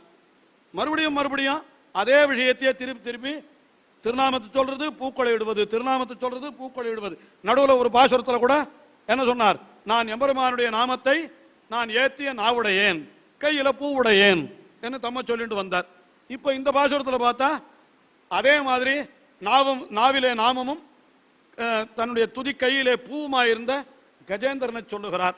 என்னால் இதெல்லாம் மொத்தமா என்ன அர்த்தம் தெரிவிக்கப்படுகிறது என்னால், பகவானுடைய நாமத்தை சொல்லி அவன் திருவடிகளிலே பூவை இட்டால் நமக்கு பேரு கிட்டும் என்கிற அர்த்தத்தை சொல்றார். அதுக்கு நடுவில் சில விஷயங்கள் என்ன தெரிவிக்கிறார், அப்படி பேரு கிட்டுமோ நாமத்தை சொல்லிவிட்டா கிடைக்குமோன்னு கேட்டா, உடனே எப்படி கிடைக்கும்னு கேட்டா, விரோதிகளை அழிக்கிறவன் அவன். யாரை அழித்தான், மகாபலியை அடக்கினான், பூத்தனையை அழித்தான். ஏன் மற்ற தேவதைகள் எல்லாம் இருக்காளே அப்படின்னா, அந்த தேவதைகள் போய் பயன் பெறக்கூடாதானா, அந்த தேவதைகள் எல்லாம் பயன் கொடுக்கும், ஆனால் அது இடைநின்ற இன்பம், அழியக்கூடிய ஏதோ நடுவாந்தரத்தில் இருக்கிற ஒரு இன்பமே தவிர அது நிரந்தரமான இன்பம் இல்லை. இன்னும் சொல்ல போனால் அந்த தேவதைகளும் இந்த எம்பெருமானை என்றோ வந்து படுகின்றன. என்ன இப்படி தொடர்ச்சியா அவர் சொல்ற விஷயங்களை நீங்கள் தொகுத்து பார்க்கலாம். ஒரு கட்டுரையா எழுதினா இந்த மாதிரி தான் எழுதிட்டு போகணும். வெறும் பாட்டு அர்த்தம் அப்படி எழுதக்கூடாது. ஒரு தொடர்பு படுத்தி எழுதணும் இல்லையா. கட்டுரை என்கிறது எப்படி இருக்கணும்னா துண்டு துண்டா இருக்கக்கூடாது இல்லையா. அப்போ இது வரைக்கும் இருக்கிற பாட்டுக்கு நீங்க கட்டுரை எழுதினா கூட என்ன எழுதலாம், எம்பெருமானுக்கு பூவை சமர்ப்பிங்கன்றார், திருநாமத்தை சொல்லுங்கன்னு சொல்றார், நாம் பண்ணினேன்னு சொல்றார், பண்ணினவனுக்கு பலன் கிடைக்கும்னு சொல்றார். மற்ற தேவதை பலன் கொடுத்தாலும் அது நிரந்தரமான பலன் இல்லை என்றார். நம்முடைய விரோதிகளை அழிப்பான்னு சொல்றார். எம்பெருமானுக்கு அவனுடைய திருநாமத்தை சொல்லி பூவை சமர்ப்பித்தவன் என்றும் பேரு பெற்றான் என்று அத்தையும் சொல்றார் இந்த இடத்துல. ஆஹா, தொடரெடுத்த மால் யானை சூழ் கயம்புக்கு அஞ்சி படரெடுத்த பைங்கமலம் கொண்டு, அந்த அஞ்சின்றத இடர் அடுக்கான்றதுக்கு அப்புறம் வச்சுக்கலாம். என்னன்னா என்ன, சூழ் பயம்புக்கு புக்கு அந்த தாமரையை பறிச்சுண்டு கொடுத்து அன்று இடர் அடுக்க ஒரு துன்பம் வந்து சேர உடனே அஞ்சி என்ன பண்ணினான்? ஆழியான் பாதம் பணிந்து, என்னால் அந்த பகவானுடைய நாமத்தை சொல்லி கடைசியில் அந்த பூவை அவனுடைய திருவடிகளிலே சேர்த்தது. கடைசியில் என்ன கிடைச்சது அதுக்குன்னா வானவர்கோன் பாழி, என்னால் அது மோட்ச லோகம், அதை அடைந்தது. பாழிதான் எய்தித்து பண்டு என்று இவ்வளவு தூரம் அர்த்த விசேஷங்களை எல்லாம் இதில் தெரிவித்திருக்கிறார். இதுக்கு மேலே இன்னும் அடுத்தது என்ன சொல்றாருன்னா, பண்டு பண்டு இப்பெரும்பதியாக்கி பழிபாவம் கொண்டு இங்கு வாழ்வாரை கூறாதே என்று சொல்றார். அதாவது பழிபாவம் கொண்டு இங்கு வாழ்வாரை கூறாதே, எண்டிசையும் பேர்த்தகரன் நான்குடையான் பேரோதி பேதைகாள் தீர்த்தகராமின் திரிந்து. நம்மையும் கூட என்ன சொல்றார், லோகத்தில் இருக்கிற மற்றவனை போலெல்லாம் வீணா கழிக்காதீங்க. நீங்க என்ன பண்ணுங்க, பகவானுடைய நாமத்தை சொல்லுங்க. எல்லா இடத்துலையும் தீர்த்தகராமின்றார். நம்மளை எல்லாம் தீர்த்தகரர்னா என்ன, தீர்த்தி கரோதி அப்படின்னா என்னன்னா புனிதமாக ஆக்கிறதுன்னு அர்த்தம். நீங்களும் என்ன பண்ணணும் தெரியுமா, உலகத்தை எல்லாம் புனிதமாக்கணும். உலகத்தை எல்லாம் புனிதமாக்குறதானா என்ன பண்ணணும்னா, உலகத்தில் இருக்கிற அத்தனை பேரையும் பகவானுடைய நாமத்தை சொல்லும்படி பண்ணணும். அதான் உங்களுக்கு நீங்க செய்ய வேண்டிய காரியம். அது அதனால் பேதைகாள் அப்படின்னா யாரு, நம்ம தான் சொல்றார். பேதைகாள்னா அறிவில் குறைந்தவர்களே, அறிவில்லாதவர்களே அப்படின்னு நம்மளை பார்த்து சொல்றார்.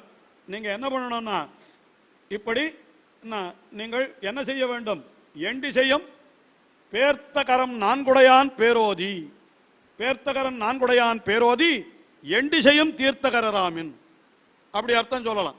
அதாவது நல்ல 4 திருக்கரங்களை உடையவனான நாராயணன், அந்த நாராயணனுடைய திருநாமத்தை சொல்லுங்கள். எப்படி, அவனுடைய பேரோதி தீர்த்தகரர் என்னால் உலகத்தை எல்லாம் தீர்த்தமாக, அதாவது புனிதமாக ஆக்குபவர்களாக நீங்கள் ஆகுங்கள். அதாவது பகவானுடைய நாமத்தை நீங்க மட்டும் சொன்னா போறாது, பின்ன என்ன பண்ணலாம், மற்றவாளையும் சொல்லும்படி நீங்கள் செய்யணும்.